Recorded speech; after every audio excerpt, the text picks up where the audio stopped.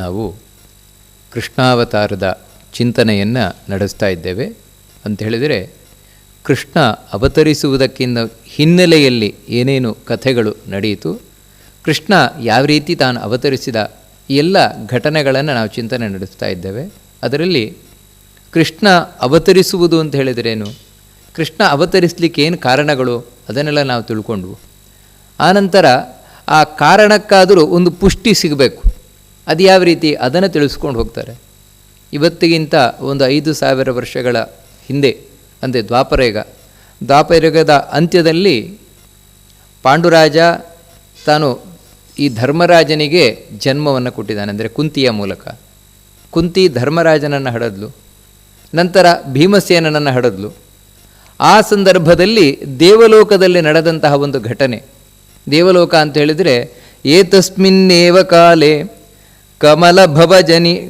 ಕಮಲಭವ ಶಿವಾಗ್ರೇಸರ ಶಕ್ರಪೂರ್ವ ಭೂಮ್ಯ ಪಾಪಾತ್ಮದೈತ್ಯೇರ್ಭುವಿ ಕೃತ ನಿಲಯೈರಾಕ್ರಮಂ ಚಾಸಹಂತ್ಯ ಯೇಯುರ್ದೇವಾದಿದೇವಂ ಶರಣಮಜಗುರುಂ ಪೂರ್ಣಷಾಡ್ಗುಣ್ಯಮೂರ್ತಿಂ ಕ್ಷೀರಾಬ್ಧೋ ನಾಗಭೋಗೆ ಶಯಿತಮನುಪಮಾನಂದ ಸಂದೋಹದೇಹಂ. ಎಲ್ಲ ದೇವತೆಗಳು, ಬ್ರಹ್ಮ, ಶಿವ, ಇಂದ್ರ ಮುಂತಾದಂತಹ ಎಲ್ಲ ದೇವತೆಗಳು ನಾರಾಯಣನ ಬಳಿ ಪ್ರಾರ್ಥನೆಯನ್ನು ಮಾಡಲಿಕ್ಕೋಸ್ಕರ ಹೋದರಂತೆ.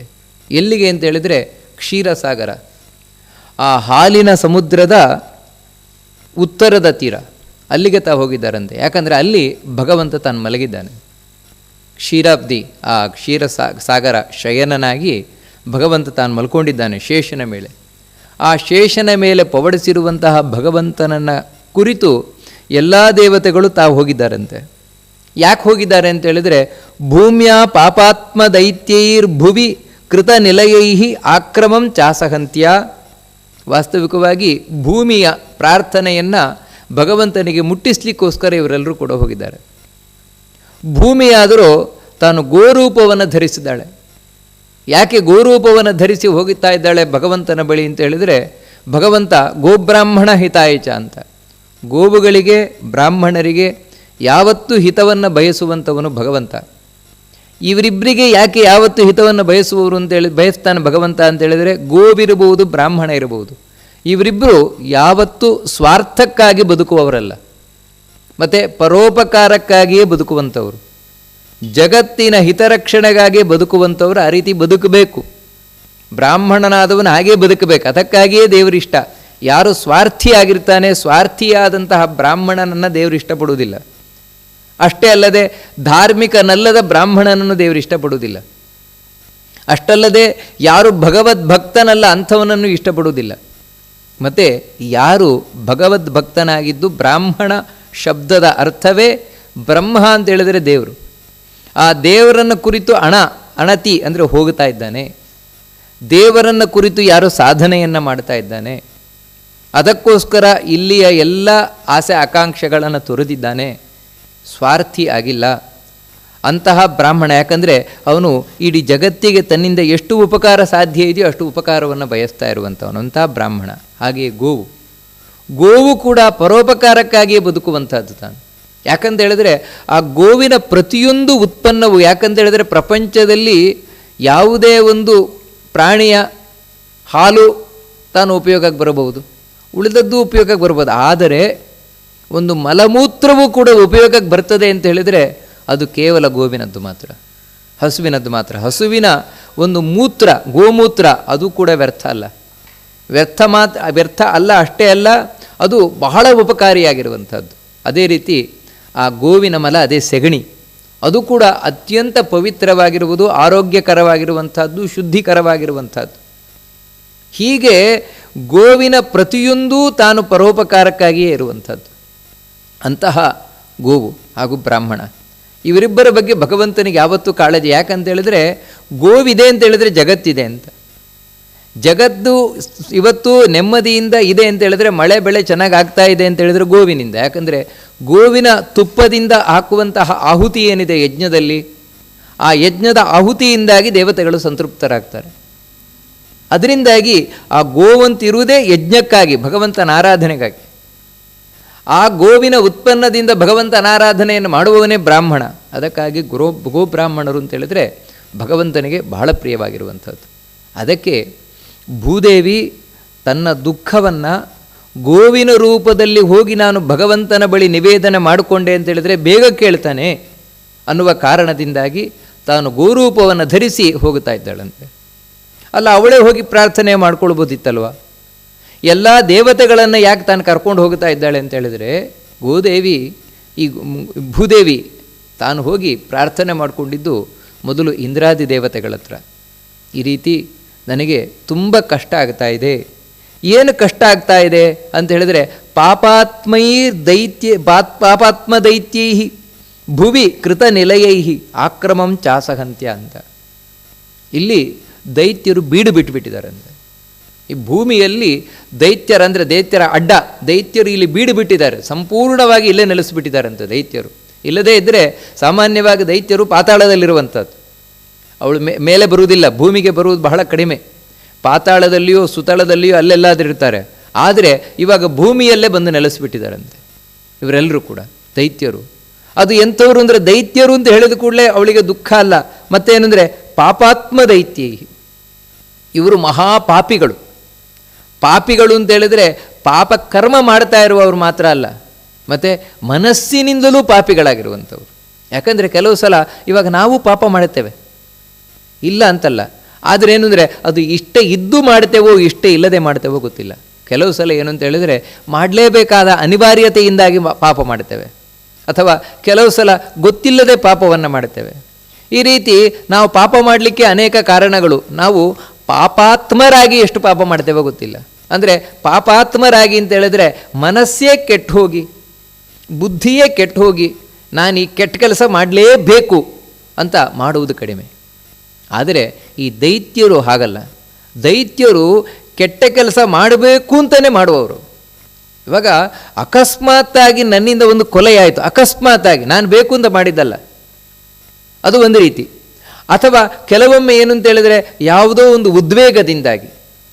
ಉದ್ವೇಗದಿಂದಲೋ ಅಥವಾ ಬೇರೆ ಯಾವುದೋ ಒಂದು ಸೇಡಿನಿಂದಲೋ ಯಾವುದೋ ಒಂದು ಕೊಲೆ ಮಾಡಿದ, ಒಬ್ಬ ವ್ಯಕ್ತಿಯನ್ನು ಕೊಲೆ ಮಾಡಿದ. ಇಲ್ಲೇನು ಅಂತೇಳಿದರೆ ಕೇವಲ ಆ ಒಂದು ಸೇಡು ಕಾರಣ ಅಷ್ಟೇ. ಅವನು ಉಳಿದವರು ಯಾರನ್ನು ಕೊಲೆ ಮಾಡಲಿಕ್ಕೆ ಹೋಗಲ್ಲ. ಆ ವ್ಯಕ್ತಿ ಆಯಿತಾ, ಮುಗೀತು. ಇನ್ನೊಬ್ಬ ಯಾರಾದರೂ ನನ್ನನ್ನು ಕೊಲ್ಲು ಅಂತ ಹೇಳಿದ್ರೆ ಅವನು ಕೊಲ್ಲಿಕ್ಕೆ ಬರೋಲ್ಲ. ಆದರೆ ಈ ದೈತ್ಯರು ಎಂಥ ಪಾಪಾತ್ಮರು ಅಂದರೆ, ಈ ಮನಸ್ಸು ಅನ್ನುವುದು ಹೇಗೆ ಪಾಪವಾಗಿರ್ತದೆ ಅಂತೇಳಿದರೆ ಈ ಭಯೋತ್ಪಾದಕರಿದ್ದ ಹಾಗೆ. ಭಯೋತ್ಪಾದಕರಿಗೆ ಒಬ್ಬ ವ್ಯಕ್ತಿ ಅಂತಿಲ್ಲ, ಒಬ್ಬ ವ್ಯಕ್ತಿಯನ್ನು ಕೊಲ್ಲಬೇಕು ಅಂತಿಲ್ಲ. ಮತ್ತೇನೆಂದರೆ ಒಟ್ಟಿಗೆ ಕೊಲ್ಲುವುದೇ ಅವರ ಮನಸ್ಸಿಗೆ ಖುಷಿ. ಅದಕ್ಕೋಸ್ಕರ ಅಲ್ಲಿ ಬಾಂಬನ್ನು ಬ್ಲಾಸ್ಟ್ ಮಾಡುವುದು, ಇಲ್ಲಿ ಬಾಂಬನ್ನು ಬ್ಲಾಸ್ಟ್ ಮಾಡೋದು. ಅಲ್ಲೇನೆಂದರೆ ಸಾವಿರಾರು ಜನ ಸಾಯ್ತಾರಲ್ವ, ಅದೇ ಖುಷಿ. ಅಂದರೆ ಗುರಿ ಇಲ್ಲ, ಆ ವ್ಯಕ್ತಿಯನ್ನು ಕೊಲ್ಲುವುದು. ಯಾಕಂದರೆ ಆ ವ್ಯಕ್ತಿ ಆದರೆ ಆ ವ್ಯಕ್ತಿಯನ್ನು ಕೊಂದಾಯಿತು, ಮುಗೀತು. ಇಲ್ಲ, ಹಾಗಲ್ಲ. ಮತ್ತು ಕೊಲ್ಲುವುದೇ ಚಟ, ಕೊಲ್ಲುವುದೇ ಒಳಗಿಷ್ಟ. ವಿಲ ಒದ್ದಾಡ್ತಾ ಇದ್ದರೆ ನೋಡಿ ಖುಷಿ ಪಡುವಂಥ ಅದು. ಇಂತಹ ಅತ್ಯಂತ ಕ್ರೂರವಾದ ಮನಸ್ಸುಳ್ಳವರು ದೈತ್ಯರು. ಇಂತಹ ದೈತ್ಯರು ಭೂಮಿಯಲ್ಲಿ ತುಂಬಿ ಹೋಗಿದ್ದಾರಂತೆ. ತುಂಬಿ ಹೋಗಿರುವುದು ಮಾತ್ರ ಅಲ್ಲ, ಕೃತ ನಿಲಯೈ ಅಂತ ಇಲ್ಲೇ ಮನೆ ಮಾಡಿ ಕೂತ್ಬಿಟ್ಟಿದ್ದಾರೆ. ಮನೆ ಮಾಡಿ ಕೂತಿದ್ದಾರೆ ಅಂತೇಳಿದರೆ ಬರೀ ದೈತ್ಯರು ಇಲ್ಲಿ ಇದ್ದರೂ ಅಷ್ಟೇನು ಭೂಮಿಗೆ ಭಾರ ಆಗ್ತಾ ಇರಲಿಲ್ಲ. ಆದರೆ ಏನು ಅಂದರೆ ಯಾವಾಗ ಅಂತಹ ದೈತ್ಯರು ಭೂಪತಿಗಳಾಗ್ತಾರೆ ಅದು ಅವಳಿಗೆ ಸಹಿಸಲಿಕ್ಕಾಗೋಲ್ಲ. ಅಂದರೆ ಭೂಪತಿಗಳಾಗೋದು ಅಂದರೆ ಅವರಿಗೆ ಅಧಿಕಾರ ಸಿಗುವುದು. ಯಾವಾಗ ಇಡೀ ಜಗತ್ತಿನ ಅಧಿಕಾರ ಭಯೋತ್ಪಾದಕರ ಕೈಗೆ ಸಿಗುತ್ತು, ಆವಾಗ ಹೇಗಾಗಿತ್ತು? ಆ ರೀತಿ ಆಗಿದೆ ಆ ಪರಿಸ್ಥಿತಿ ಅವಾಗ. ಅದಕ್ಕೆ ಭಯೋತ್ಪಾದಕರೇ ಆವಾಗ ಇಡೀ ಜಗತ್ತನ್ನು ಆಳುವ ಮಟ್ಟಿಗೆ ಬಂದಿದ್ದಾರೆ. ಅದನ್ನು ಅವಳಿಗೆ ಸಹಿಸಲಿಕ್ಕಾಗ್ತಾ ಇಲ್ವಂದೆ. ಕೃತನಿಲಯೈ ಆಕ್ರಮಂ ಚಾಸಹಂತ್ಯ. ಅದರಿಂದ ಏನಂದರೆ ಇದು ಭೂಮಿಯ ಮೇಲೆ ಮಾಡ್ತಾ ಇರುವಂತಹ ಆಕ್ರಮಣ ಅಂತ ಹೇಳಿದ್ರೆ ಒಂದು ರೀತಿಯಿಂದ ಭೂಮಿಯ ಬಲಾತ್ಕಾರ ನಡೀತಾ ಇದೆ. ಅಂದರೆ ಭೂಮಿಯ ಬಲಾತ್ಕಾರ ಅಂತ ಹೇಳಿದ್ರೆ ಯಾವ ರೀತಿಯಿಂದ? ಯಾವುದೇ ಒಂದು ಹೆಣ್ಣಿನ ಬಲಾತ್ಕಾರ ಅಂತ ಹೇಳಿದರೆ ಏನು? ಅವಳ ಇಚ್ಛೆಗೆ ವಿರುದ್ಧವಾಗಿ ಅವಳನ್ನು ನಾವು ಅವಳ ಮೇಲೆ ದಾಳಿ ಮಾಡುವಂಥದ್ದೇನಿದೆ, ಇದನ್ನೇ ಬಲಾತ್ಕಾರ ಅಂತ ಹೇಳುವಂಥದ್ದು. ಅವಳ ಇಚ್ಛೆಗೆ ವಿರುದ್ಧವಾಗಿ ಅವಳ ಮೇಲೆ ದಾಳಿ ಮಾಡುವಂಥದ್ದು. ಅದು ದೈಹಿಕವಾಗಿರಬಹುದು, ಮಾನಸಿಕವಾಗಿರಬಹುದು, ವಾಚಿಕವಾಗಿರಬಹುದು. ಇಂತಹ ದಾಳಿಯನ್ನೇ ನಾವು ಬಲಾತ್ಕಾರ ಅಂತ ಹೇಳ್ತೇವೆ. ಹಾಗೆ ಇಲ್ಲಿ ಭೂಮಿಗೆ ಯಾವುದು ಇಷ್ಟ ಇಲ್ಲವೋ ಅದನ್ನೇ ಈ ದೈತ್ಯರು ಮಾಡ್ತಾ ಇದ್ದಾರೆ.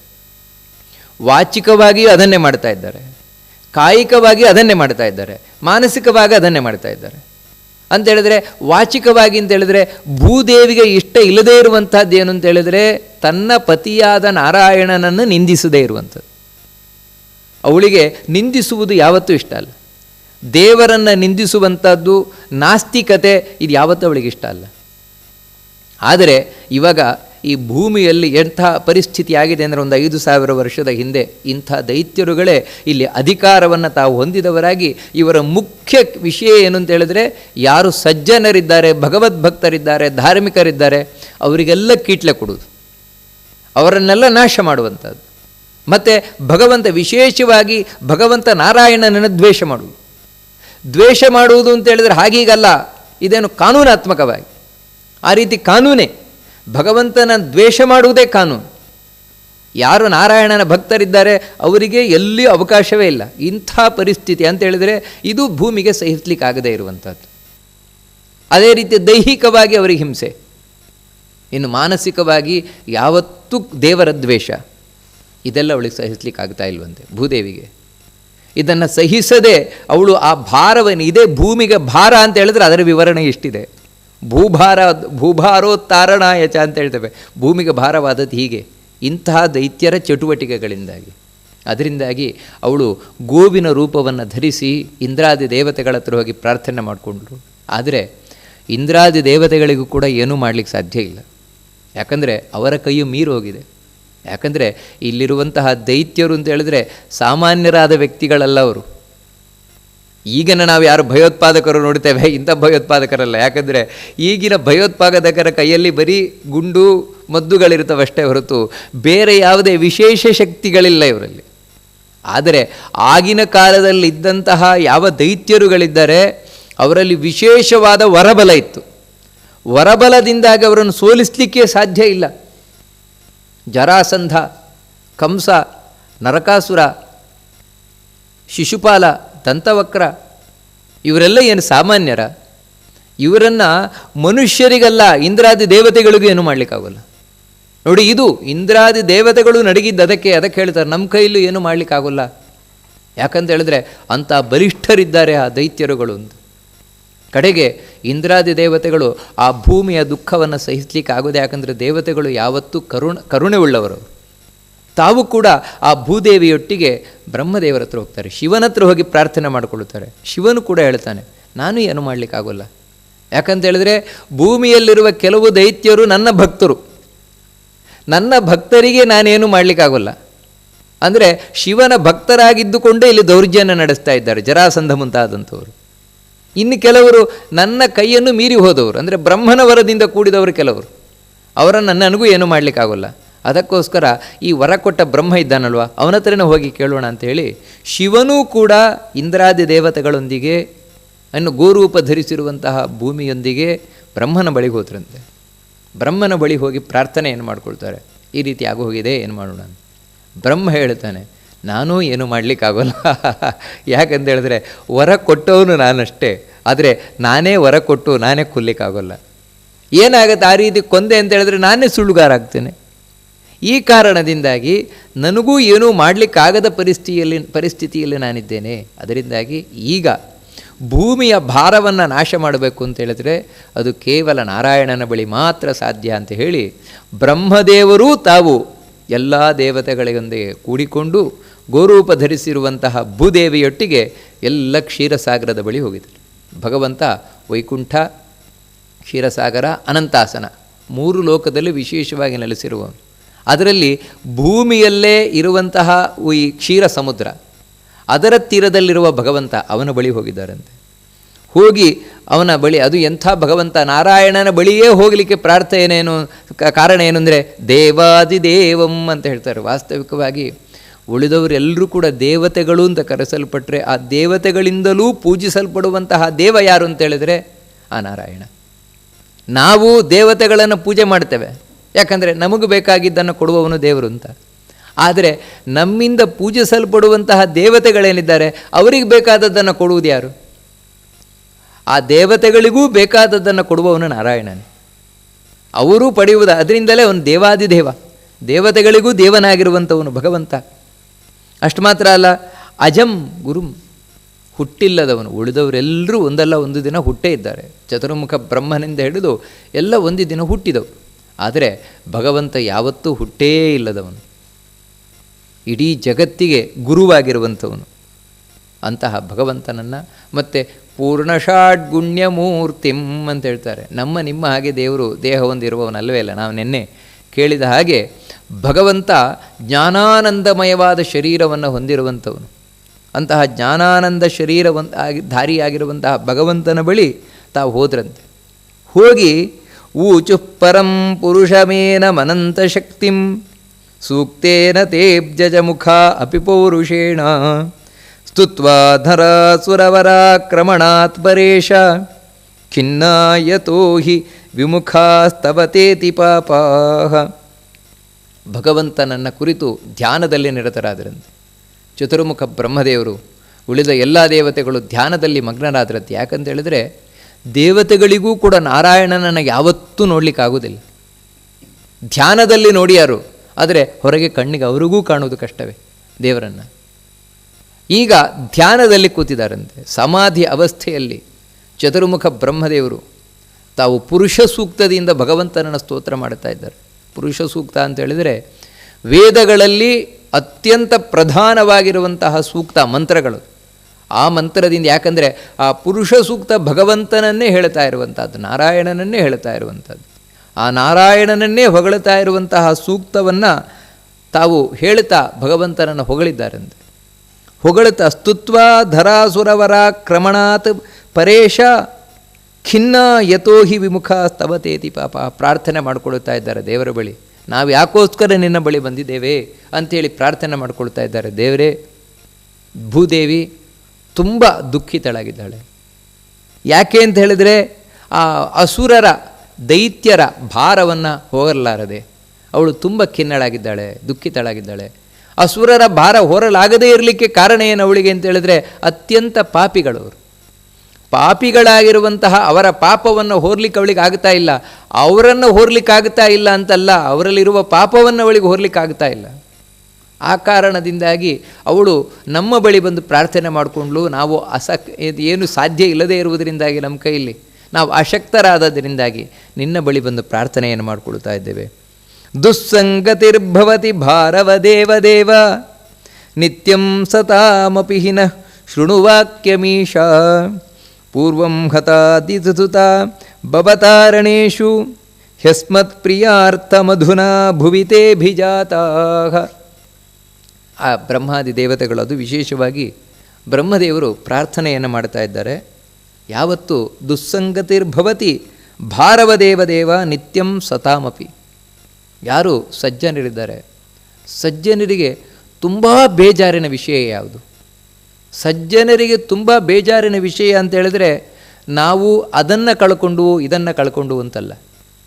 ಇವಾಗ ದುಡ್ಡು ಹೋಯಿತು, ಸಜ್ಜನರಿಗೆ ಬೇಜಾರಾಗೋಲ್ಲ. ಅಥವಾ ಅವಮಾನ ಆಯಿತು, ಸಜ್ಜನರಿಗೆ ಬೇಜಾರಾಗೋಲ್ಲ. ಅವಮಾನ ಆದರೂ ಸಜ್ಜನರಿಗೆ ಬೇಜಾರಾಗೋಲ್ಲ. ದುಡ್ಡು ಕಾಸು ಆಸ್ತಿ ಪಾಸ್ತಿ ಹೋದರೂ ಸಜ್ಜನರಿಗೆ ಬೇಜಾರಾಗೋಲ್ಲ. ಅಥವಾ 2 ದಿನ ತಿನ್ನಲಿಕ್ಕೆ ಸಿಗಲಿಲ್ಲ, ಅದು ಬೇಜಾರಾಗೋಲ್ಲ.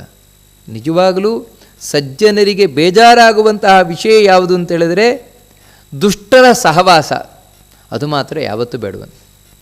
ಆ ದುಷ್ಟರ ಸಹವಾಸ ಅನ್ನುವಂಥದ್ದು ಸಜ್ಜನರಿಗೆ ಅತ್ಯಂತ ದುಃಖದಾಯಕವಾದಂತಹ ವಿಷಯ ಅಂತ ಹೇಳ್ತಾರೆ. ಯಾಕಂತ ಹೇಳಿದ್ರೆ ಸಜ್ಜನರು ಯಾವತ್ತೂ ತಮ್ಮ ಜೀವನದಲ್ಲಿ ಒಂದು ಗುರಿಯನ್ನು ಇಟ್ಕೊಂಡಿರ್ತಾರೆ. ಗುರಿಯನ್ನಿಟ್ಟುಕೊಂಡು ಮುಂದೆ ಸಾಗುವಂಥವ್ರು ಅವರು. ಅಂತಹ ಸಜ್ಜನರಿಗೆ ಎಲ್ಲಕ್ಕಿಂತ ದುಃಖವಾಗುವುದು ಯಾವುದು ಅಂತ ಹೇಳಿದ್ರೆ ಈ ದುಷ್ಟರ ಸಹವಾಸ ಅನ್ನೋದು. ಯಾಕಂತ ಹೇಳಿದ್ರೆ ಸಜ್ಜನರು ಯಾವತ್ತೂ ಕ್ಲೀನ್, ಶುದ್ಧವಾಗಿರುವುದು. ಈ ಶುದ್ಧವಾಗಂದರೆ ಬಿಳಿ ಪಂಚೆ, ಬಿಳಿ ಪಂಚೆಗೆ ನಿಜವಾಗ್ಲೂ ಬೇಜಾರಾಗುವ ವಿಷಯ ಯಾವುದು ಹೇಳಿ? ಅದರ ಮೇಲೆ ಒಂದು ಕಪ್ಪು ಚುಕ್ಕಿ ಬರುವುದು. ಬಿಳಿ ಪಂಚೆಯ ಮೇಲೆ ಕಪ್ಪು ಚುಕ್ಕಿ ಬಂದಾಗ ಅದಕ್ಕೆ ತುಂಬ ಬೇಜಾರಾಗುತ್ತೆ. ಅದೇ ನೀವು ಪಂಚೆಯನ್ನು ಬೇಕಿದ್ರೆ ಬೀರು ಒಳಗಿಡಿ, ಅದಕ್ಕೆ ಆಗದೇ ಇರಬಹುದು.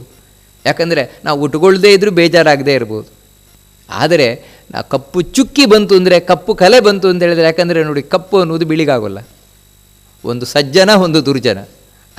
ಹಾಗೆ ಈ ದುರ್ಜನರ ಸಂಗತಿಯೇ ಅಂದರೆ ಅವರ ಸಂಘ ಇದ್ದರೆ ಸಾಕು, ಅದೇ ಸಜ್ಜನರಿಗಾಗಲ್ಲ. ಒಂದು ಯಾವತ್ತು ದುರ್ಜನರ ಸಂಘ, ಅದೇ ಒಂದು ಗಾದೆ ಮಾತು ಹೇಳ್ತಾರಲ್ವ, ದುರ್ಜನರ ಸಹವಾಸಕ್ಕಿಂತ ಸಜ್ಜನರೊಡನೆ ಜಗಳವೇ ಲೇಸು ಅಂತ. ಆ ರೀತಿ ದುರ್ಜನರ ಯಾಕಂತ ಹೇಳಿದ್ರೆ ದುರ್ಜನರ ಸಹವಾಸ ಅನ್ನುವಂಥದ್ದು ಇವತ್ತಲ್ಲ ನಾಳೆ ನಮಗೂ ಕೂಡ ಇದು ದುರ್ನಡತೆಯನ್ನು ಕಲಿಸ್ಲಿಕ್ಕೆ ಸಾಧ್ಯ ಉಂಟು, ನಮ್ಮ ತಲೆಯನ್ನು ಕೆಡಿಸ್ಲಿಕ್ಕೆ ಸಾಧ್ಯ ಉಂಟು. ಆ ಕಾರಣದಿಂದಾಗಿ ಅದು ತುಂಬ ಬೇಜಾರಿನ ವಿಷಯ ಅಂತ ತಿಳಿಸ್ತಾ, ನಿತ್ಯಂ ಸತಾಮಿಹಿತಿನ ಶೃಣು ವಾಕ್ಯಮೀಶ, ಭಗವಂತ ನಮ್ಮ ಒಂದು ಮಾತನ್ನು ಕೇಳು. ಹಿಂದೆ ಒಂದು ಯುದ್ಧ ನಡೆಯುತ್ತಂತೆ, ದೇವತೆಗಳಿಗೂ ದೈತ್ಯರಿಗೂ ಒಂದು ಯುದ್ಧ ನಡೆಯುತ್ತಂತೆ. ಮಹಾಘೋರವಾದಂತಹ ಯುದ್ಧ ಅದು, ದೈತ್ಯರಿಗೂ ದೇವತೆಗಳು ನಡೆದಂತಹ ಯುದ್ಧ. ಆ ಯುದ್ಧದಲ್ಲಿ ದೇವತೆಗಳು ಎಷ್ಟಿದ್ರು ಅಂತ ಹೇಳಿದರೆ ಅದನ್ನು ಹೇಳ್ತಾರೆ. ಆಸೀತ್ ಪುರಾದಿತಿ ಸುತೇ ರಮರೋತ್ತಮಾನಾಂ ಸಂಗ್ರಾಮ ಉತ್ತಮ ಗಜಾಶ್ವರಥದ್ವಿಪದ್ಭಿ ಅಕ್ಷೋಹಿಣೀ ಶತಮಹೌಘಮಹೋಘಮೇವ. ದೇವತೆಗಳ ಸೈನ್ಯ 100 ಅಕ್ಷೋಹಿಣಿ ಮಹೋಘ ಅಂದರೆ 100 ಅಕ್ಷೋಹಿಣಿ ಅಂದರೆ 100 ಕೋಟಿ ಅಂತ ಹೇಳ್ತೀವಲ್ವ, ಆ ರೀತಿ ಅಕ್ಷೋಹಿಣಿಗಳಂತ. ಅಷ್ಟು ದೇವತೆಗಳು ಅಂತ ಹೇಳಿದರೆ ಸಾಮಾನ್ಯ 33 ಕೋಟಿ ದೇವತೆಗಳು ಅಂತ ಹೇಳೋದು, 33 ಕೋಟಿ ದೇವತೆಗಳು ಅಂತ. ಇದು ಮುಖ್ಯವಾಗಿ ಇನ್ನು ಅವ್ರ ಮಕ್ಕಳು ಮರಿಮಕ್ಕಳು ಈ ರೀತಿ ಇಡೀ ದೇವತೆಗಳ ಸಂತಾನ ಎಲ್ಲ ಸೇರಿಕೊಂಡು ಕೆಲವು ಲೆಕ್ಕ ಇಲ್ಲದಷ್ಟು ಮಂದಿ ದೇವತೆಗಳು ತಾವು ಯುದ್ಧಕ್ಕೆ ನಿಂತಿದ್ದಾರಂತೆ. ಅಬ್ಬಾ, ಅಷ್ಟು ದೇವತೆಗಳಿದ್ದಾರೆ ಅಂತ ಹೇಳಿದರೆ ದೇವತೆಗಳಿಗೆ ಗೆಲುವು ಅಂತ ಹೇಳ್ತೀರಾ, ದೈತ್ಯರದ್ದು ಇದಕ್ಕಿಂತಲೂ ಡಬ್ಬಲ್ ಇದೆಯಂತೆ ದೈತ್ಯರ ಸೈನ್ಯ. ಅದನ್ನು ಹೇಳ್ತಾರೆ, ತಸ್ಮಾನ್ ಮಹೂಘ ಗುಣಮಾಸ ಮಹಾಸುರಾಣಾಂ ಸೈನ್ಯಂ, ಅದಕ್ಕಿಂತಲೂ ಕೂಡ ಬಹಳ ಇನ್ನೂ ಪ್ರಮಾಣದಲ್ಲಿ ಹೆಚ್ಚಿರುವಂತಹದ್ದು ದೈತ್ಯರ ಸೇನೆ. ಈ ರೀತಿ ದೈತ್ಯರಿಗೂ ದೇವತೆಗಳಿಗೂ ಯುದ್ಧ ನಡೆಯುತ್ತಂತೆ. ಅದು ಯಾವತ್ತೂ ಇದ್ದದ್ದೇ, ದೈತ್ಯರಿಗೆ ದೇವತೆಗಳಿಗೆ ಕಂಡ್ರೆ ಆಗೋದೇ ಇಲ್ಲ. ಆದರೆ ಯುದ್ಧ ಮುಖಾಮುಖಿ ಆಗುವುದು ಕಡಿಮೆ, ಇದು ಮುಖಾಮುಖಿಯಾಗಿದೆಯಂತೆ, ಭಯಂಕರವಾಗಿ ಯುದ್ಧ ನಡೀತಾ ಇದೆಯಂತೆ. ಅಂಥ ಸಂದರ್ಭದಲ್ಲಿ ದೇವತೆಗಳು ದೈತ್ಯರನ್ನು ನಾನಾ ವಿಧವಾದ ತಮ್ಮ ಆಯುಧಗಳನ್ನು ಚೆಚ್ಚಿ ಹಾಕ್ಲಿಕ್ಕೆ ಶುರು ಮಾಡಿದರಂತೆ. ಆ ಸಂದರ್ಭದಲ್ಲಿ ದೈತ್ಯರು ಪೆಟ್ಟು ತಿಂದು ಓಡೋಗ್ತಾ ಇರಬೇಕಾದ್ರೆ ದೈತ್ಯರ ಸಹಾಯಕ್ಕೆ ಬಂದವನು ಯಾರು ಅಂದರೆ ಶಂಬರ ಅಂತ ಒಬ್ಬ ಅಸುರ. ಶಂಬರ ಅಂತ ಬಂದಂತೆ. ಶಂಬರ ಬಂದು ತನ್ನ ಸಾಮರ್ಥ್ಯದಿಂದಾಗಿ ಎಲ್ಲ ದೇವತೆಗಳನ್ನು ಹಿಮ್ಮೆಟ್ಟಿಸ್ಲಿಕ್ಕೆ ಶುರು ಮಾಡಿದಂತೆ. ಹಾಗಿದ್ರೂ ಕೂಡ ಇವನ ಸಾಮರ್ಥ್ಯ ದೇವತೆಗಳ ಮುಂದೆ ನಡೀಲಿಲ್ಲ. ಅವಾಗ ಏನಂದರೆ ಒಂದು ಮಾಯೆಯನ್ನು ಪ್ರಯೋಗ ಮಾಡಿದಂತೆ. ಇವನ ಬಳಿ ಮಾಯಾವಿದ್ಯೆ ಇತ್ತು. ಮಾಯಾವಿದ್ಯೆಯಿಂದಾಗಿ ಎಲ್ಲ ದೇವತೆಗಳನ್ನು ತಾನು ಕಟ್ಟಿ ಹಾಕಿಬಿಟ್ನಂತೆ. ಯಾವ ದೇವತೆಗಳು ಏನೂ ಮಾಡಲಿಕ್ಕಾಗೋಲ್ಲ. ಆ ರೀತಿ ತನ್ನ ಮಾಯಾವಿದ್ಯೆಯಿಂದಾಗಿ ಅಂದರೆ ಮಯನಿಂದ ನಿರ್ಮಿತವಾದ ಮಾಯಾವಿದ್ಯೆಯಿಂದಾಗಿ ಎಲ್ಲ ದೇವತೆಗಳನ್ನು ಬಂಧಿಸಿದ್ನಂತೆ, ಉಳಿದ ವರುಣ ಅಗ್ನಿ ಮುಂತಾದ ದೇವತೆಗಳನ್ನೆಲ್ಲ. ಆಗ ಇಂದ್ರ ನೋಡಿದ್ನಂತೆ. ಇಂದ್ರನ ಬಳಿ ಇನ್ನೊಂದು ಮಾಯೆ ಇದೆ, ಬ್ರಹ್ಮನಿಂದ ನಿರ್ಮಿತವಾದ ಮಾಯೆ. ಇದು ಮಯನಿಂದ ನಿರ್ಮಿತವಾದ ಮಾಯೆ ನೀವನು ಪ್ರಯೋಗ ಮಾಡಿದರೆ ಅದಕ್ಕಿಂತಲೂ ಪ್ರಬಲವಾದದ್ದು ಬ್ರಹ್ಮನಿಂದ ನಿರ್ಮಿತವಾದ ಮಾಯೆ. ಅದನ್ನು ತಾನು ಪ್ರಯೋಗ ಮಾಡಿದ್ನಂತೆ. ಇದಕ್ಕೆ ವಿರುದ್ಧವಾಗಿ ಆ ಬ್ರಹ್ಮನ ಮಾಯೆ ಎನ್ನುವಂಥದ್ದು ಈ ಶಂಬರಾಸುರನ ಮಾಯೆಯನ್ನು ಸಂಹಾರ ಮಾಡಿತು. ಅದರಿಂದಾಗಿ ಮತ್ತೆ ಎಲ್ಲ ದೇವತೆಗಳು ತಾವು ಎದ್ರಂತೆ. ಎದ್ದು ಮತ್ತೆ ಇವಾಗ ಹೊಸ ಹುರುಪಿನಿಂದಾಗಿ ಮತ್ತೆ ದೈತ್ಯರ ಮೇಲೆ ಯುದ್ಧಕ್ಕೆ ತಾವು ಹೊರಟ್ರಂತೆ. ಹೀಗೆ ಮತ್ತೆ ಶಂಬರನಿಗೂ ಇಂದ್ರನಿಗೂ ಯುದ್ಧ ಎಲ್ಲ ಆಯಿತು. ತಸ್ಮಿನ್ ಘತೆ ದಾನವ ಬಲ ಲೋಕಪಾಲೆ. ಅಂತಹ ಸಂದರ್ಭದಲ್ಲಿ ಭಗವಂತ ಈ ಇಂದ್ರ ತನ್ನ ವಜ್ರಾಯುಧದಿಂದಾಗಿ ಆ ಶಂಬರನನ್ನು ಸಂಹಾರ ಮಾಡಿದ. ಶಂಬರ ತಾನು ಸತ್ತೋದ. ಯಾವಾಗ ಶಂಬರ ಸತ್ತೋದ ಮತ್ತೆ ದೈತ್ಯರಿಗೆ ಹಿನ್ನಡೆಯಾಯಿತು. ಹಿನ್ನಡೆಯಾಗಿ ಅವರು ಓಡ್ಲಿಕ್ಕೆ ಶುರು ಮಾಡಿದ್ರಂತೆ. ಆಗ ಮತ್ತೆ ಆ ದೈತ್ಯರ ಸೈನ್ಯದ ಮುಂಚೂಣಿಯನ್ನು ವಹಿಸಿಕೊಂಡವನು ವಿಪ್ರಚಿತ್ತಿ ಅಂತ ದೈತ್ಯ ಮತ್ತೆ ತಾನು ಯುದ್ಧಕ್ಕೆ ಬಂದ. ಇವನು ಇನ್ನೂ ಪ್ರಬಲನಾದವನು, ಬ್ರಹ್ಮನ ವರ ಇವನಿಗೆ.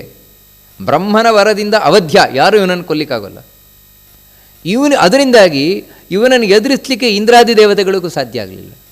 ಇಂದ್ರಾದಿ ದೇವತೆಗಳು ಕೂಡ ಈ ವಿಪ್ರಚಿತ್ತಿಯನ್ನು ಎದುರಿಸಲಿಕ್ಕಾಗದೆ ತಾವು ಸೋತು ಓಡಿ ಹೋಗ್ಲಿಕ್ಕೆ ಶುರು ಮಾಡಿದರಂತೆ.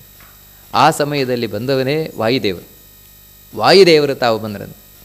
ವಾಯುದೇವ ಅಂತ ಹೇಳಿದ್ರೆ ನಮ್ಮ ಉಸಿರಾಟಕ್ಕೆ ಕಾರಣನಾಗಿರುವಂತಹ ದೇವತೆ. ಆ ವಾಯುದೇವ ಬಂದು ಯುದ್ಧಕ್ಕೆ ನಿಂತಂತೆ. ವಾಯುದೇವನಿಗೂ ವಿಪ್ರಚಿತ್ತಿಗೂ ಯುದ್ಧ ಆಯಿತು.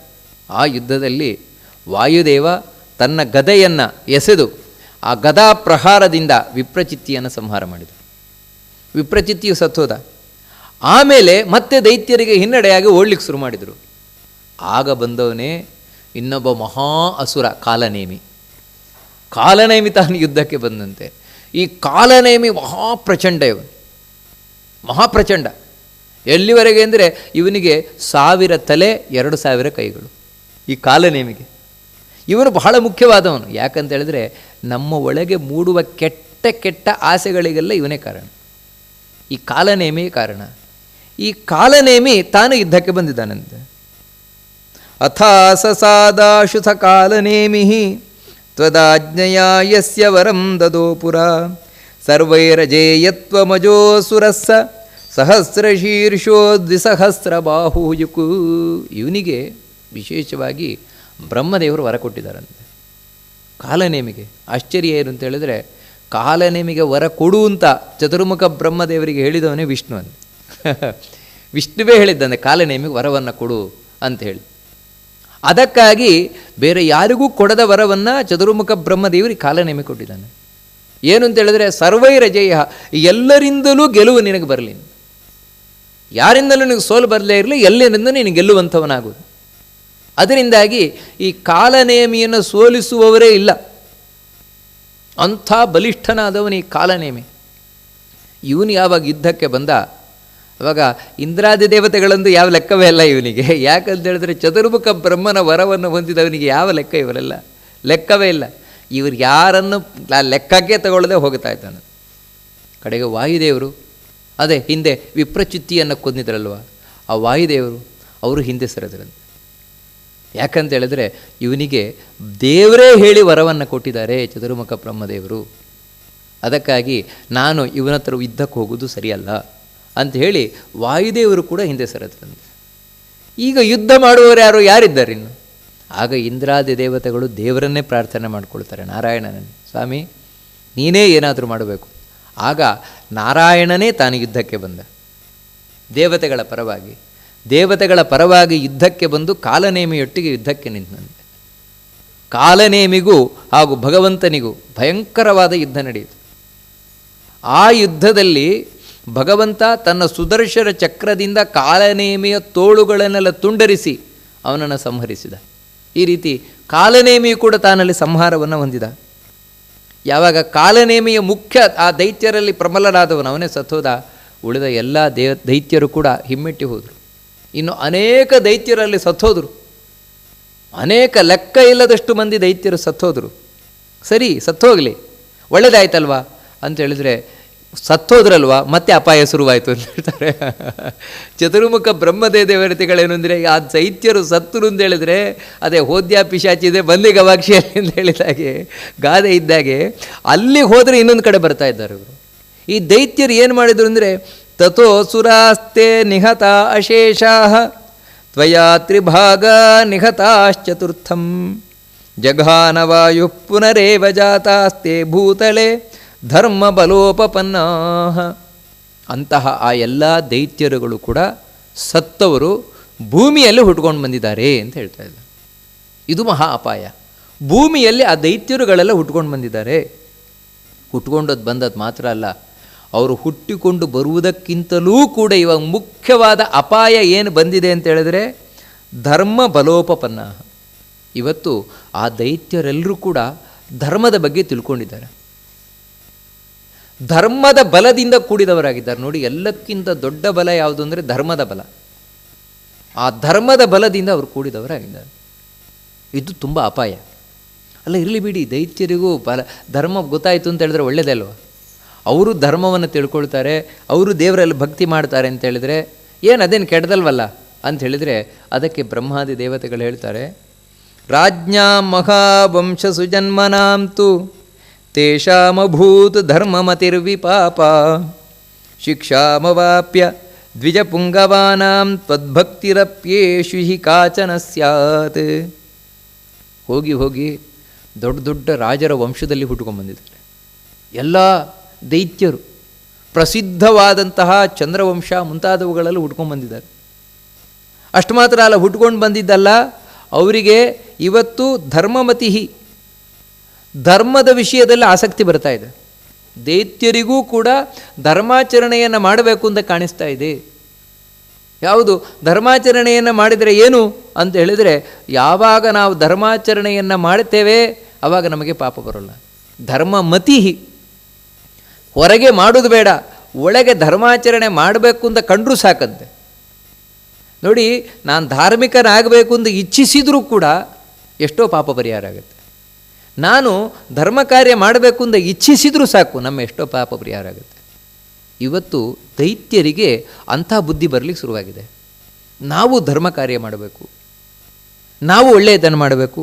ಈ ರೀತಿ ಇದಕ್ಕೇನು ಕಾರಣ ಅಂತ ಹೇಳಿದ್ರೆ, ಅವರು ರಾಜವಂಶದಲ್ಲಿ ಬಂದಿದ್ದಾರಲ್ವ, ರಾಜವಂಶದಲ್ಲಿ ಬಂದದರಿಂದಾಗಿ ಒಳ್ಳೊಳ್ಳೆ ತಿಳಿದಂತಹ ಜ್ಞಾನಿಗಳಿಂದ, ಬ್ರಾಹ್ಮಣರಿಂದ ವಿದ್ಯೆ ಪಡೆದಿದ್ದಾರೆ. ವಿದ್ಯೆಯನ್ನು ಪಡೆದದ್ರಿಂದಾಗಿ ಬ್ರಾಹ್ಮಣರು ಅಂತ ಹೇಳಿದ್ರೆ ವಿಷ್ಣುವಿನ ಭಕ್ತರು, ಅವರಿಂದ ವರವನ್ನು ಇವರು ವಿದ್ಯೆ ಪಡೆದದ್ರಿಂದಾಗಿ ಇವರಿಗೂ ಕೂಡ, ಈ ದೈತ್ಯರಿಗೂ ಕೂಡ ವಿಷ್ಣುವಿನಲ್ಲಿ ಭಕ್ತಿ ಬರ್ತಾ ಇದೆ. ಕೆಲವು ದೈತ್ಯರಿಗೆ ವಿಷ್ಣುವಿನಲ್ಲಿ ಭಕ್ತಿ ಬರ್ತಾ ಇದೆ ಅಂಥೇಳಿ ಬ್ರಹ್ಮಾದಿ ದೇವತೆಗಳು ಹೇಳ್ತಾ ಇದ್ದಾರೆ. ಅಯ್ಯೋ, ಇನ್ನೂ ಒಳ್ಳೆಯದಾಯ್ತಲ್ಲ ಬಿಡಿ. ಯಾಕಂತ ಹೇಳಿದ್ರೆ ಕೆಟ್ಟವರು ಒಳ್ಳೆಯವರಾಗ್ತಾ ಇದ್ದಾರೆ ಅಂತ ಹೇಳಿದ್ರೆ ಖುಷಿ ಪಡಬೇಕಾದ ವಿಷಯ ಅಲ್ವ. ಅದರಿಂದ ಹೊಟ್ಟೆಗಿಚ್ಚಾಕೆ ಬ್ರಹ್ಮಾದಿ ದೇವತೆಗಳಿಗೆ ದೈತ್ಯರು ದೇವರಲ್ಲಿ ಭಕ್ತಿ ಮಾಡ್ತಾ ಇದ್ದಾರೆ, ದೇವರು ಧಾರ್ಮಿಕರಾಗ್ತಾ ಇದ್ದಾರೆ ಅಂತ ಹೇಳಿದ್ರೆ ಹೊಟ್ಟೆಗಿಚ್ಚಾಕೆ ಅಂತ ಹೇಳಿದರೆ, ಅದನ್ನು ಚತುರ್ಮುಖ ಬ್ರಹ್ಮದೇವರು ಹೇಳ್ತಾರೆ, ತ್ವದ್ಭಕ್ತಿ ಲೇಷಾಭಯುತ ಸುಕರ್ಮ ವ್ರಜೇನ್ನ ಪಾಪಾಂ ತು ಗತಿಂ ಕಥಂಚಿತ್ ದೈತ್ಯೇಶ್ವರಾಣಾಂ ಚ ತಮೋಂಧಮೇವ ತ್ವಯೇವ ಕ್ಲುಪ್ತಂ ನನು ಸತ್ಯಕಾಮ. ಸ್ವಾಮಿ, ಯಾರು ನಿನ್ನಲ್ಲಿ ಸ್ವಲ್ಪ ಭಕ್ತಿ ಮಾಡಿದರೂ ಸಾಕು, ಕೃಷ್ಣನಲ್ಲಿ ನಾರಾಯಣನಲ್ಲಿ ಸ್ವಲ್ಪ ಭಕ್ತಿ ಮಾಡಿದರೂ ಕೂಡ ಯಾವುದೇ ಕಾರಣಕ್ಕೂ ಅವರು ನರಕಕ್ಕೆ ಹೋಗೋದಿಲ್ಲ, ನಿತ್ಯ ನರಕಕ್ಕೆ ಹೋಗೋದಿಲ್ಲ. ಮತ್ತು ಅವರು ಭಗವಂತನ ಲೋಕಕ್ಕೆ ಹೋಗ್ತಾರೆ, ಸ್ವರ್ಗಕ್ಕೆ ಹೋಗ್ತಾರೆ. ಅಲ್ಲ, ಆಯಿತು, ಅದರಲ್ಲೂ ಏನು ಇವಾಗ ಏನು ಅಂತ ಹೇಳಿದ್ರೆ, ಆದರೆ ಸ್ವಾಮಿ ನೀನೇ ಮಾಡಿರುವ ನಿಯಮ ಏನು ಅಂತ ಹೇಳಿದ್ರೆ, ಈ ದೈತ್ಯರು ಖಂಡಿತವಾಗಿ ನರಕಕ್ಕೆ ಹೋಗಬೇಕು, ಅವರು ಸ್ವರ್ಗಕ್ಕೆ ಹೋಗಲಿಕ್ಕಿಲ್ಲ, ಅವರು ನರಕಕ್ಕೆ ಹೋಗಬೇಕು ಅಂತ ನೀನೇ ಮಾಡಿರುವ ನಿಯಮ. ಇವಾಗ ಅದಕ್ಕೆ ವಿರುದ್ಧವಾಗಿ ಎಲ್ಲ ದೈತ್ಯರು ಕೂಡ ಸ್ವರ್ಗಕ್ಕೆ ಹೋಗ್ತಾ ಇದ್ದಾರೆ. ಅಲ್ಲ, ಹಾಗಿದ್ರೆ ದೇವರೇ ಮಾಡಿರುವ ನಿಯಮ ಅಂದರೆ ದೇವರಿಗೆ ದೈತ್ಯರ ಬಗ್ಗೆ ಅಷ್ಟು ದ್ವೇಷ ಇದೆ ಅಂತ ಹೇಳಿದಾಗ ಆಯಿತು. ದೇವರಿಗೆ ದ್ವೇಷ, ಅದಕ್ಕೋಸ್ಕರವೇ ಕಾನೂನೇ ಮಾಡಿಬಿಟ್ಟಿದ್ದಾನೆ, ದೈತ್ಯರು ಏನು ಮಾಡಿದ್ರು ನರಕಕ್ಕೆ ಹೋಗಬೇಕು ಅಂತ. ಅದರಿಂದಾಗಿ ದೈತ್ಯರು ಜನ್ಮಗಳಲ್ಲಿ ಉದ್ಧಾರ ಆಗಲಿಕ್ಕೆ ಸಾಧ್ಯವೇ ಇಲ್ಲ ಅಂತ ಹೇಳಿದಾಗ ಆಯ್ತಲ್ವ. ಇದೆಂಥ ಧರ್ಮ ಇದು, ಇದೆಂಥ ಶಾಸ್ತ್ರ ಇದು, ಸರಿಯಲ್ಲ ಅಂತ ಸಾಮಾನ್ಯವಾಗಿ ನಮಗೆ ಕಾಣಲಿಕ್ಕೆ ಸಾಧ್ಯತೆ ಉಂಟು. ನೋಡಿ, ಅದಕ್ಕೆ ಚತುರ್ಮುಖ ಬ್ರಹ್ಮದೇವರು ಮತ್ತೆ ಹೇಳ್ತಾರೆ, ಧರ್ಮಸ್ಯ ಮಿಥ್ಯಾತ್ವ ಭಯಾತ್ ವಯಂ ತ್ವಾಂ ಅಥಾಪಿ ವಾ ದೈತ್ಯ ಶುಭಾಪ್ತಿ ಭೀಷ ಸಂಪ್ರಾರ್ಥಯಾಮೋದಿತಿ ಜಾನ್ ಸುಕರ್ಮಣಃ ತದ್ಭಕ್ತಿತಶ್ಚಾವಯಿತುಂ ಶೀಘ್ರಂ. ಏನು ಅಂತ ಹೇಳಿದರೆ, ಯಾಕೆ ಚತುರ್ಮುಖ ಬ್ರಹ್ಮದೇವರು ಪ್ರಾರ್ಥನೆ ಮಾಡಿಕೊಳ್ತಾ ಇದ್ದಾರೆ ಅಂತ ಹೇಳಿದರೆ, ಹೌದು, ದೈತ್ಯರು ಧಾರ್ಮಿಕರಾಗ್ತಾರೆ, ನನ್ನಲ್ಲಿ ಭಕ್ತರಾಗ್ತಾರೆ ಅಂತ ಹೇಳಿದರೆ ನಿಜವಾಗಲೂ ಸಂತೋಷವೇ, ಅದು ಖುಷಿಯ ವಿಷಯ ಅಲ್ಲ. ಯಾವ ದೇವತೆಗಳು ಕೂಡ ನರಕಕ್ಕೆ ಹೋಗಲಿ ಬೀಳಲಿ ದೈತ್ಯರು ಅಂತ ಇಷ್ಟಪಡುವುದಿಲ್ಲ. ಆದರೆ ಆ ಭಕ್ತಿ ಎನ್ನುವಂಥದ್ದು ಶಾಶ್ವತವಾಗಿರಬೇಕು, ಅವರಲ್ಲಿ ಧರ್ಮದ ಆಸಕ್ತಿ ಎನ್ನುವಂಥದ್ದು ಶಾಶ್ವತವಾಗಿರಬೇಕು, ಪರ್ಮನೆಂಟ್ ಆಗಿರಬೇಕು. ಹಾಗಿದ್ದರೆ ಮಾತ್ರ ಅದು ನಿಜವಾದ ಭಕ್ತಿ, ಹಾಗಿದ್ದರೆ ಮಾತ್ರ ನಿಜವಾದ ಧಾರ್ಮಿಕರು. ಆದರೆ ಈ ದೈತ್ಯರದ್ದು ಆ ರೀತಿಯಲ್ಲ ನೋಡಿ, ಇದು ಡೇಂಜರ್.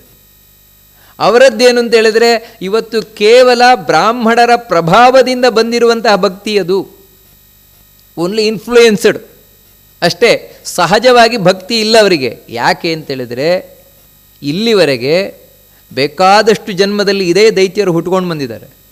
ಎಲ್ಲ ಜನ್ಮದಲ್ಲೂ ಅವ್ರು ಮಾಡಿದ ಕೆಲಸ ಒಂದೇ, ಏನು ಅಂದರೆ ನಿನ್ನನ್ನು ದ್ವೇಷ ಮಾಡಿಕೊಂಡೇ ಬಂದದ್ದು. ಇಲ್ಲಿವರೆಗೆ ಸಾವಿರ ಜನ್ಮದಲ್ಲೂ ಎಲ್ಲ ದೈತ್ಯರು ಮಾಡಿದ್ದು ನಿನ್ನ ದ್ವೇಷವೇ.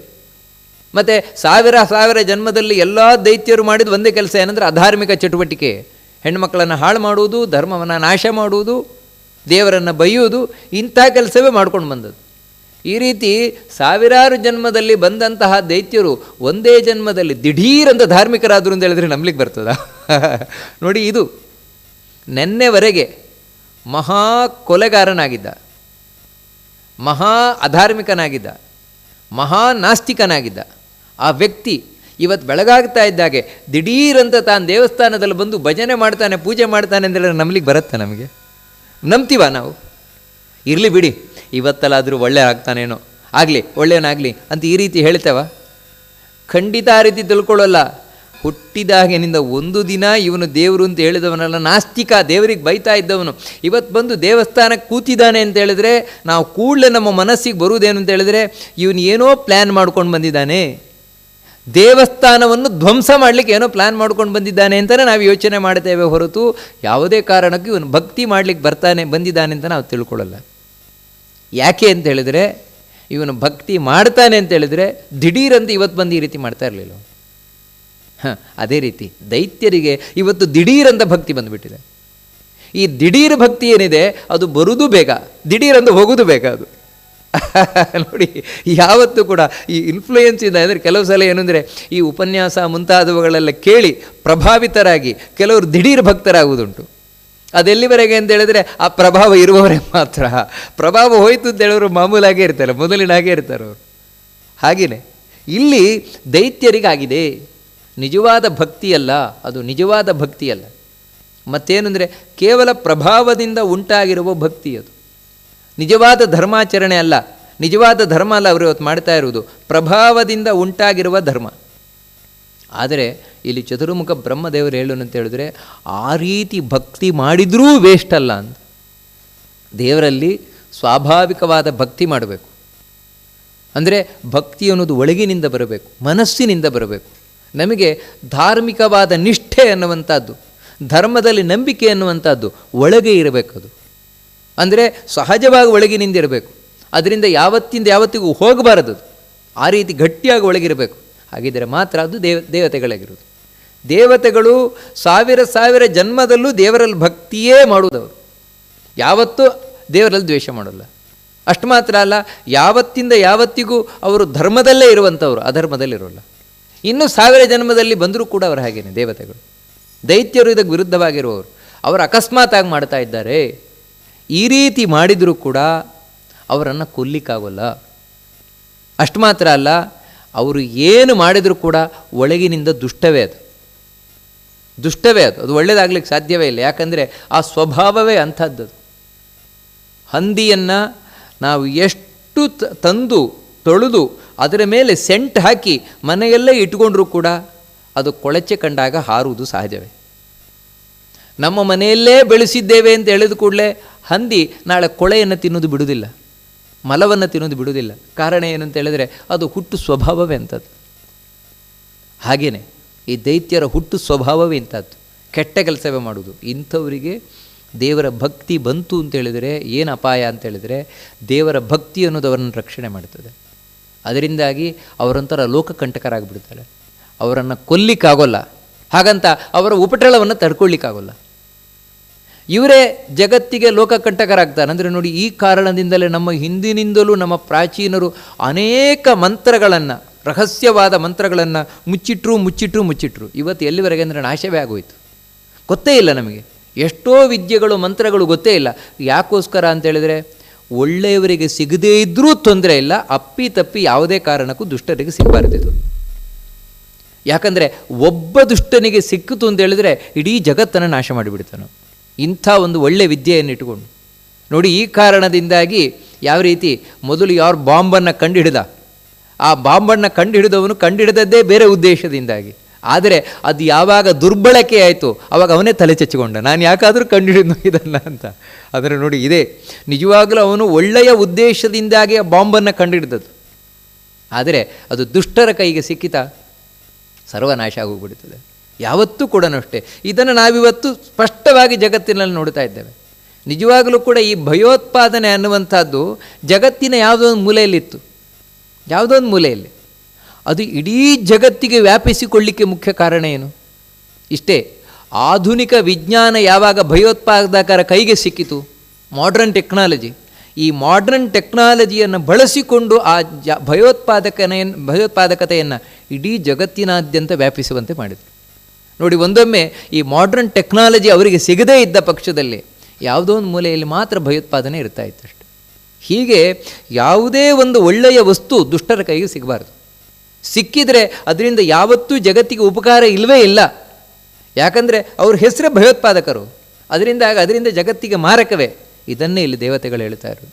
ಈ ದುಷ್ಟರ ಕೈಯಲ್ಲಿ ಯಾವತ್ತೂ ಭಗವದ್ ಭಕ್ತಿಯಂತಹ ಒಳ್ಳೆಯ ವಸ್ತುಗಳು ಸಿಗಲೇಬಾರದು. ಅಂದರೆ ಇದರಿಂದ ನಾವು ತಿಳ್ಕೊಳ್ಬೇಕಾದದ್ದೇನು ಅಂದರೆ ಭಗವಂತನಲ್ಲಿ ಭಕ್ತಿ ಮಾಡುವಂಥದ್ದು ಎಂತಹ ಪ್ರಶಸ್ತವಾದದ್ದು, ಎಷ್ಟು ಮುಖ್ಯವಾದದ್ದು. ನಮಗಿವತ್ತೇನೆಂದರೆ ಭಕ್ತಿ ಅಂತ ಹೇಳಿದರೆ ಅದೊಂದೇನು ಮಾಡಿದರೆ ಮಾಡೋದು ಈ ರೀತಿ ಆಗಿದೆ ನಮಗೆ ಹೊರತು ಅದು ಅತ್ಯಂತ ಪ್ರಮುಖವಾದದ್ದು ಅಂತ ಗೊತ್ತಿಲ್ಲ ಜೀವನದಲ್ಲಿ. ಅದಕ್ಕೇನಂತ ಹೇಳಿದ್ರೆ ಭಕ್ತಿ ಅನ್ನೋದು ಒಂದು 10 ಗಟ್ಟಲೆ, ಎಷ್ಟೋ ಜನ ಹೇಳೋದೆ ಒಂದು 10 ಗಟ್ಟಲೆ ಭಕ್ತಿ ಮಾಡಬೇಕಷ್ಟೇ, ಅದಕ್ಕಿಂತ ನೀವು ಭಕ್ತಿ ರೀತಿ ಮಾಡೋದಲ್ಲ. ಯಾರಾದರೂ ಸ್ವಲ್ಪ ಹೆಚ್ಚು ಭಕ್ತಿ ಮಾಡ್ತಾರೆ ಅಂದರೆ ಅವ್ರಿಗೆ ನಾವು ಗೇಲಿ ಮಾಡೋದು, ತಮಾಷೆ ಮಾಡೋದು, ಏನು ಭಾರಿ ಭಕ್ತಿ ಮಾಡ್ತಾ ಇದ್ದಾರಪ್ಪ ಇವರು ದೇವರನ್ನು. ಯಾಕಂತ ಹೇಳಿದ್ರೆ ಆ ಭಕ್ತಿಯ ಶಕ್ತಿ ಗೊತ್ತಿಲ್ಲ ನಮಗೆ. ಆದರೆ ಶಾಸ್ತ್ರ ಎಲ್ಲ ಹೇಳುವುದು ಭಕ್ತಿಗೇ ಶಕ್ತಿ ಇರುವುದು ಜಗತ್ತಿನಲ್ಲಿ, ಇನ್ಯಾವುದಕ್ಕೂ ಇಲ್ಲ ಅಂತ. ಅದಕ್ಕೆ ಆ ಶಕ್ತಿಯುತವಾದ ಭಕ್ತಿ ದೈತ್ಯರಿಗೆ ಬರಬಾರದು, ಬಂದರೆ ಲೋಕಕ್ಕೆ ಮಾರಕ. ಇದನ್ನು ಇಲ್ಲಿ ಚತುರ್ಮುಖ ಬ್ರಹ್ಮದೇವರು ಭಗವಂತನ ಬಳಿ ಪ್ರಾರ್ಥನೆಯನ್ನು ಮಾಡಿಕೊಳ್ತಾ ಇರೋದು. ಅದಕ್ಕಾಗಿ ನಾವು ಪ್ರಾರ್ಥನೆ ಮಾಡ್ತಾ ಇದ್ದೇವೆ. ಸಂಪ್ರಾರ್ಥಯಾಮೋ ತಿಥಿಜಾನ್ ಸುಕರ್ಮಣಃ. ದೇವರೇ, ನಾವಿಷ್ಟೇ ನಿನ್ನ ಬಳಿ ಪ್ರಾರ್ಥನೆ ಮಾಡೋದು, ಈ ಎಲ್ಲ ದೈತ್ಯರುಗಳು ಒಳ್ಳೆ ಕರ್ಮದಿಂದ ಹೊರಗೆ ಬರಬೇಕು. ಇವ್ರಿಗೆ ಕೆಟ್ಟ ಕರ್ಮವೇ ಮಾಡಬೇಕು. ನೋಡಿ ಯಾವ ರೀತಿ ಇದೆ, ಇವರು ಕೆಟ್ಟ ಕರ್ಮವೇ ಮಾಡಬೇಕು. ಯಾಕಂತ ಹೇಳಿದ್ರೆ ನಾಯಿ ಬೌ ಬೌ ಬೌ ಅಂತ ಬೊಗಳ್ತಾ ಇದ್ರೇ ಚಂದ. ಯಾಕಂದರೆ ಕಳ್ಳ ಬಂದ ಅಂತ ಗೊತ್ತಾಗುತ್ತೆ. ಒಂದೊಮ್ಮೆ ನಾಳೆ ನಾಯಿ ಸಂಗೀತ ಹಾಡ್ಲಿಕ್ಕೆ ಶುರು ಮಾಡಿತು ಅಂತ ಹೇಳಿದರೆ ಏನಾಗತ್ತೆ ಹೇಳಿ, ಮನೆ ಮುಂದೆ ನಾಯಿ ಸಂಗೀತ ಹಾಡ್ಲಿಕ್ಕೆ ಶುರು ಮಾಡಿತು ಅಂತ ಹೇಳಿದರೆ ನಾವು ಕಿವಿ ಕೊಟ್ಟು ಕೇಳಿದ್ದೇವೆ ಹೊರತು ಕಳ್ಳ ಬಂದ ಅಂತ ಗೊತ್ತೇ ಆಗೋಲ್ಲ. ನೋಡಿ, ಯಾವತ್ತು ನಮಗೆ ನಾಯಿ ಸಾಕಿದ್ದೇ ವೇಸ್ಟ್ ಆಗೋಗುತ್ತೆ. ಒಂದೊಮ್ಮೆ ನಾಳೆ ಸಂಗೀತ ಹಾಡ್ಲಿಕ್ಕೆ ಶುರು ಮಾಡಿತು ನಾಯಿ ಅಂತ ಹೇಳಿದರೆ ನಾಯಿಯನ್ನು ಸಾಕುವುದೇ ವ್ಯರ್ಥ ಆಗೋಗುತ್ತೆ. ಮತ್ತು ನಾಯಿ ಸಾಕಿದ್ದು ಯಾವಾಗ ಸಾರ್ಥಕ ಆಗುತ್ತೆ ಅಂದರೆ ಬಹು ಬಹು ಬಹು ಅಂದನೂ ಹೋಗ್ಬೇಕು ಅದು. ಹಾಗೆಯೇ ದೈತ್ಯರು ದುಷ್ಟ ಕರ್ಮವನ್ನೇ ಮಾಡಬೇಕು, ಅವರು ಒಳ್ಳೆ ಕರ್ಮ ಮಾಡಬಾರದು. ದೈತ್ಯರು ಸ್ವಲ್ಪವೂ ನಿನ್ನಲ್ಲಿ ಭಕ್ತಿ ಮಾಡಲೇಬಾರದು, ಮತ್ತು ನಿನ್ನಲ್ಲಿ ದ್ವೇಷವೇ ಮಾಡಬೇಕು ಅವರು, ಆಗಲೇ ಅವ್ರ ನಾಶ ಆಗೋದು. ಅಂದರೆ ಆ ಭಗವಂತನ ದ್ವೇಷವೇ ಅವರ ನಾಶಕ್ಕೆ ಕಾರಣ ಆಗುತ್ತೆ. ಇದೇ ಉಪಾಯ, ಅದನ್ನು ನೀನೇ ಮಾಡಬೇಕು ಸ್ವಾಮಿ ಅಂತ ಪ್ರಾರ್ಥನೆಯನ್ನು ಮಾಡ್ಕೊಳ್ತಾ ಇದ್ದಾರೆ. ಇದು ಕೃಷ್ಣಾವತಾರದ ಮೂಲ ಉದ್ದೇಶ. ನೋಡಿ, ಈ ಕಾರಣದಿಂದಲೇ ರಾಮಾವತಾರಕ್ಕೂ ಕೃಷ್ಣಾವತಾರಕ್ಕೂ ತುಂಬ ವ್ಯತ್ಯಾಸ ಇದೆ. ರಾಮಾವತಾರ ಅಂದರೆ ನಾವು ಹೇಳಿದಾಗೆ ಮರ್ಯಾದಾ ಪುರುಷೋತ್ತಮ ಅಂತ. ರಾಮಚಂದ್ರನ ಇಡೀ ಜೀವನದಲ್ಲಿ ಒಂದೇ ಒಂದು ನೀವಂಥ ಕಳಂಕಕ್ಕೆ ಬೇಕಾದ ಘಟನೆಗಳಿಲ್ಲ. ಮರ್ಯಾದಾ ಪುರುಷೋತ್ತಮ ಅಂದರೆ ಆ ರೀತಿಯೇ ರಾಮಚಂದ್ರ. ಎಲ್ಲಿವರೆಗೆ ಅಂದರೆ ಒಂದು ಮದುವೆ, 2ನೇ ಮದುವೆಯೂ ಇಲ್ಲ, ಆ ರೀತಿ ಇದ್ದವನು ರಾಮಚಂದ್ರ. ಹಾಗಂತ ರಾಮಚಂದ್ರನಿಗೆ ಯಾರು ಹುಡುಗಿ ಕೊಡ್ಲಿಕ್ಕೆ ಬರಲಿಲ್ಲ ಅಂತ ತಿಳ್ಕೊಂಡ್ರ? ಎಷ್ಟು ರಾಜರುಗಳು ತಾವು ರಾಮನಿಗೆ ತಮ್ಮ ಮಗಳು ಕೊಡ್ತೇವೆ ಅಂತ ತಯಾರಾಗಿದ್ದಾರೆ. ಕಡೆಗೆ ಜಾಂಬವಂತನೇ ತನ್ನ ಮಗಳನ್ನು ಕೊಡ್ತೇನೆ ಅಂತ ಇಲ್ಲ ಅಂತ ಹೇಳಿದ. ನೋಡಿ, ಅದಕ್ಕಾಗಿಯೇ ಕೃಷ್ಣಾವತಾರ ಇಟ್ಟದ್ದು. ಅಷ್ಟು ಮಾತ್ರ ಅಲ್ಲ, ಇಲ್ಲಿ ಕೃಷ್ಣ ನೋಡಿ ಎಲ್ಲ ನಮಗೆ ಮೋಸ ಮಾಡುವ ಹಾಗೆ, ಕಪಟ ಮಾಡುವ ಹಾಗೆ, ವಂಚನೆ ಮಾಡುವ ಹಾಗೆ, ಕಳ್ತನ ಮಾಡುವ ಹಾಗೆ, ಇವೆಲ್ಲ ಯಾಕೆ? ಮೂಲ ಉದ್ದೇಶ ಏನು ಅಂದರೆ ಇದೆ, ಚತುರ್ಮುಖನ ಪ್ರಾರ್ಥನೆ. ಯಾರಾದರೂ ದೈತ್ಯರಿಗೆ ನಿನ್ನ ಬಗ್ಗೆ ಭಕ್ತಿ ಬಂದಿದ್ದರೆ ಅದು ಹೊರಟೋಗ್ಬಿಡ್ಬೇಕು. ಕೃಷ್ಣನು ನಮ್ಮ ಹಾಗೆ ಕಳ್ಳ ಸುಳ್ಳ ಅಂತ ಗೊತ್ತಾಗಬೇಕು. ನೋಡಿ, ಇದು ಉಪಾಯ ದೇವತೆಗಳು. ಅಂದರೆ ಇದು ಕೃಷ್ಣಾವತಾರದ ಮೂಲ ಉದ್ದೇಶ. ಇದು ನಮಗೆ ತಿಳ್ಕೊಳ್ಬೇಕು. ಇದು ತಿಳ್ಕೊಂಡಾಗ ಇಡೀ ಕೃಷ್ಣನ ಕತೆ ನಮಗಿವಾಗ ಅರ್ಥ ಆಗುತ್ತೆ, ಹೇಗೆ ಏನು ಕತೆ ಅಂತ. ಯವುಗ್ರಸೇನ ಸುರಗಾಯಕಸ್ಸ ಜಾತೋ ಯದುಶ್ವೇಷ ತಥಾಭಿಧೇಯ ತವೈವ ಸೇವಾರ್ಥಮಮುಷ್ಯ ಪುತ್ರೋ ಜಾತ ಸುರ ಕಾಲನೇಮಿಸ್ಸ ಸ ಈಶ. ಇನ್ನು ಭಗವಂತನ ಬಳಿ ಚತುರ್ಮುಖ ಬ್ರಹ್ಮದೇವರು ಹೇಳ್ತಾ ಇದ್ದಾರೆ, ಸ್ವಾಮಿ, ನಿನ್ನ ಹಾಡಿ ಹೊಗಳುವವನು, ನಿನ್ನನ್ನು ಹಾಡಿ ಹೊಗಳುವವನು ಒಬ್ಬ ಸುರಗಾಯಕ ಗಂಧರ್ವ. ಯಾರು ಅಂದರೆ ಉಗ್ರಸೇನ ಅಂತ. ಅವನ ಹೆಸರು ಉಗ್ರಸೇನ ಅಂತ. ಉಗ್ರಸೇನ ಎನ್ನುವಂತಹ ಒಬ್ಬ ಗಂಧರ್ವ ಭೂಮಿಯಲ್ಲಿ ಹುಟ್ಟಿ ಬಂದಿದ್ದಾನೆ. ಅದೇ ಹೆಸರಿಂದಲೇ, ಉಗ್ರಸೇನ ಎಂಬ ಹೆಸರಿನಿಂದಲೇ ತಾನು ಹುಟ್ಕೊಂಡು ಬಂದಿದ್ದಾನೆ ಯಾದವರಲ್ಲಿ. ಅವನ ಮಗನಾಗಿ ಒಬ್ಬ ಬಂದಿದ್ದಾನೆ, ಮಹಾದುಷ್ಟ. ಯಾರನ್ನ ಹಿಂದೆ ಯುದ್ಧದಲ್ಲಿ ನೀನೇ ಕೊಂದಿಯೋ ಕಾಲನೇಮಿ, ಆ ಕಾಲನೇಮಿಯೇ ಉಗ್ರಸೇನನ ಮಗನಾಗಿ ಕಂಸನಾಗಿ ಬಂದಿದ್ದಾನೆ ಅಂತ ಹೇಳ್ತಾ ಇದ್ದಾರೆ ಚತುರ್ಮುಖ ಬ್ರಹ್ಮದೇವರು. ಅಂದರೆ ನಾವೇನು ಹಿಂದೆ ದೈತ್ಯರ ಮತ್ತು ದೇವತೆಗಳ ಯುದ್ಧ ಕೇಳಿದ್ವು, ಅದರಲ್ಲಿ 1000 ತಲೆ 2000 ತೋಳಿನ ಕಾಲನೇಮಿ, ಮಹಾಭಯಂಕರನಾದ ದೈತ್ಯ, ಹಿರಣ್ಯಾಕ್ಷನ ಮಗ ಅವನು ಕಾಲನೇಮಿ. ಇವನಿಲ್ಲಿ ಹುಟ್ಟುಕೊಂಡು ಬಂದಿದ್ದಾನೆ ಕಂಸನಾಗಿ.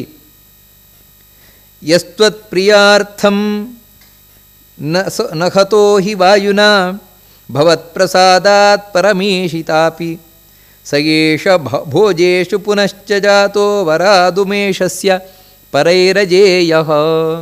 ನಿಜವಾಗಲೂ ಕೂಡ ಈ ಕಂಸ ಒಬ್ಬ ಸಾಮಾನ್ಯ ಅಂತ ತಿಳ್ಕೊಂಡಿದ್ದೀರಾ? ಅಲ್ಲ, ಅವನು ಮೂಲತಃ ಮಹಾಬಲಿಷ್ಠ. ಈಗ ಉಗ್ರಸೇನನ ಮಗ ಅಂತ ತಾನು ಹುಟ್ಕೊಂಡು ಬಂದಿದ್ದಾನೆ. ನಿಜವಾಗ್ಲೂ ಉಗ್ರಸೇನನ ಮಗ ಅಲ್ಲ ಅವನು, ಉಗ್ರಸೇನನ ಹೆಂಡತಿಯ ಮಗ, ಉಗ್ರಸೇನನ ಮಗ ಅಲ್ಲ ಅವನು. ಆದರೂ ಬಂದಿದ್ದಾನೆ ಇಲ್ಲಿ. ಬಂದು ಇಲ್ಲಿ ಮಾಡಿದ ಕೆಲಸ ಏನಂದರೆ ಶಿವನನ್ನು ಕುರಿತು ತಪಸ್ಸು ಮಾಡಿದಾನು. ಕಂಸ ಶಿವನನ್ನು ಕುರಿತು ತಪಸ್ಸು ಮಾಡಿ ಸರ್ವೈರಜೇಯ, ಯಾರಿಂದಲೂ ಸೋಲಿಲ್ಲದವನಾಗಿದ್ದಾನೆ. ಯಾರಿಂದಲೂ ಸೋಲಿಲ್ಲ ಅವನಿಗೆ, ಆ ರೀತಿ ಆಗಿಬಿಟ್ಟಿದ್ದಾನೆ.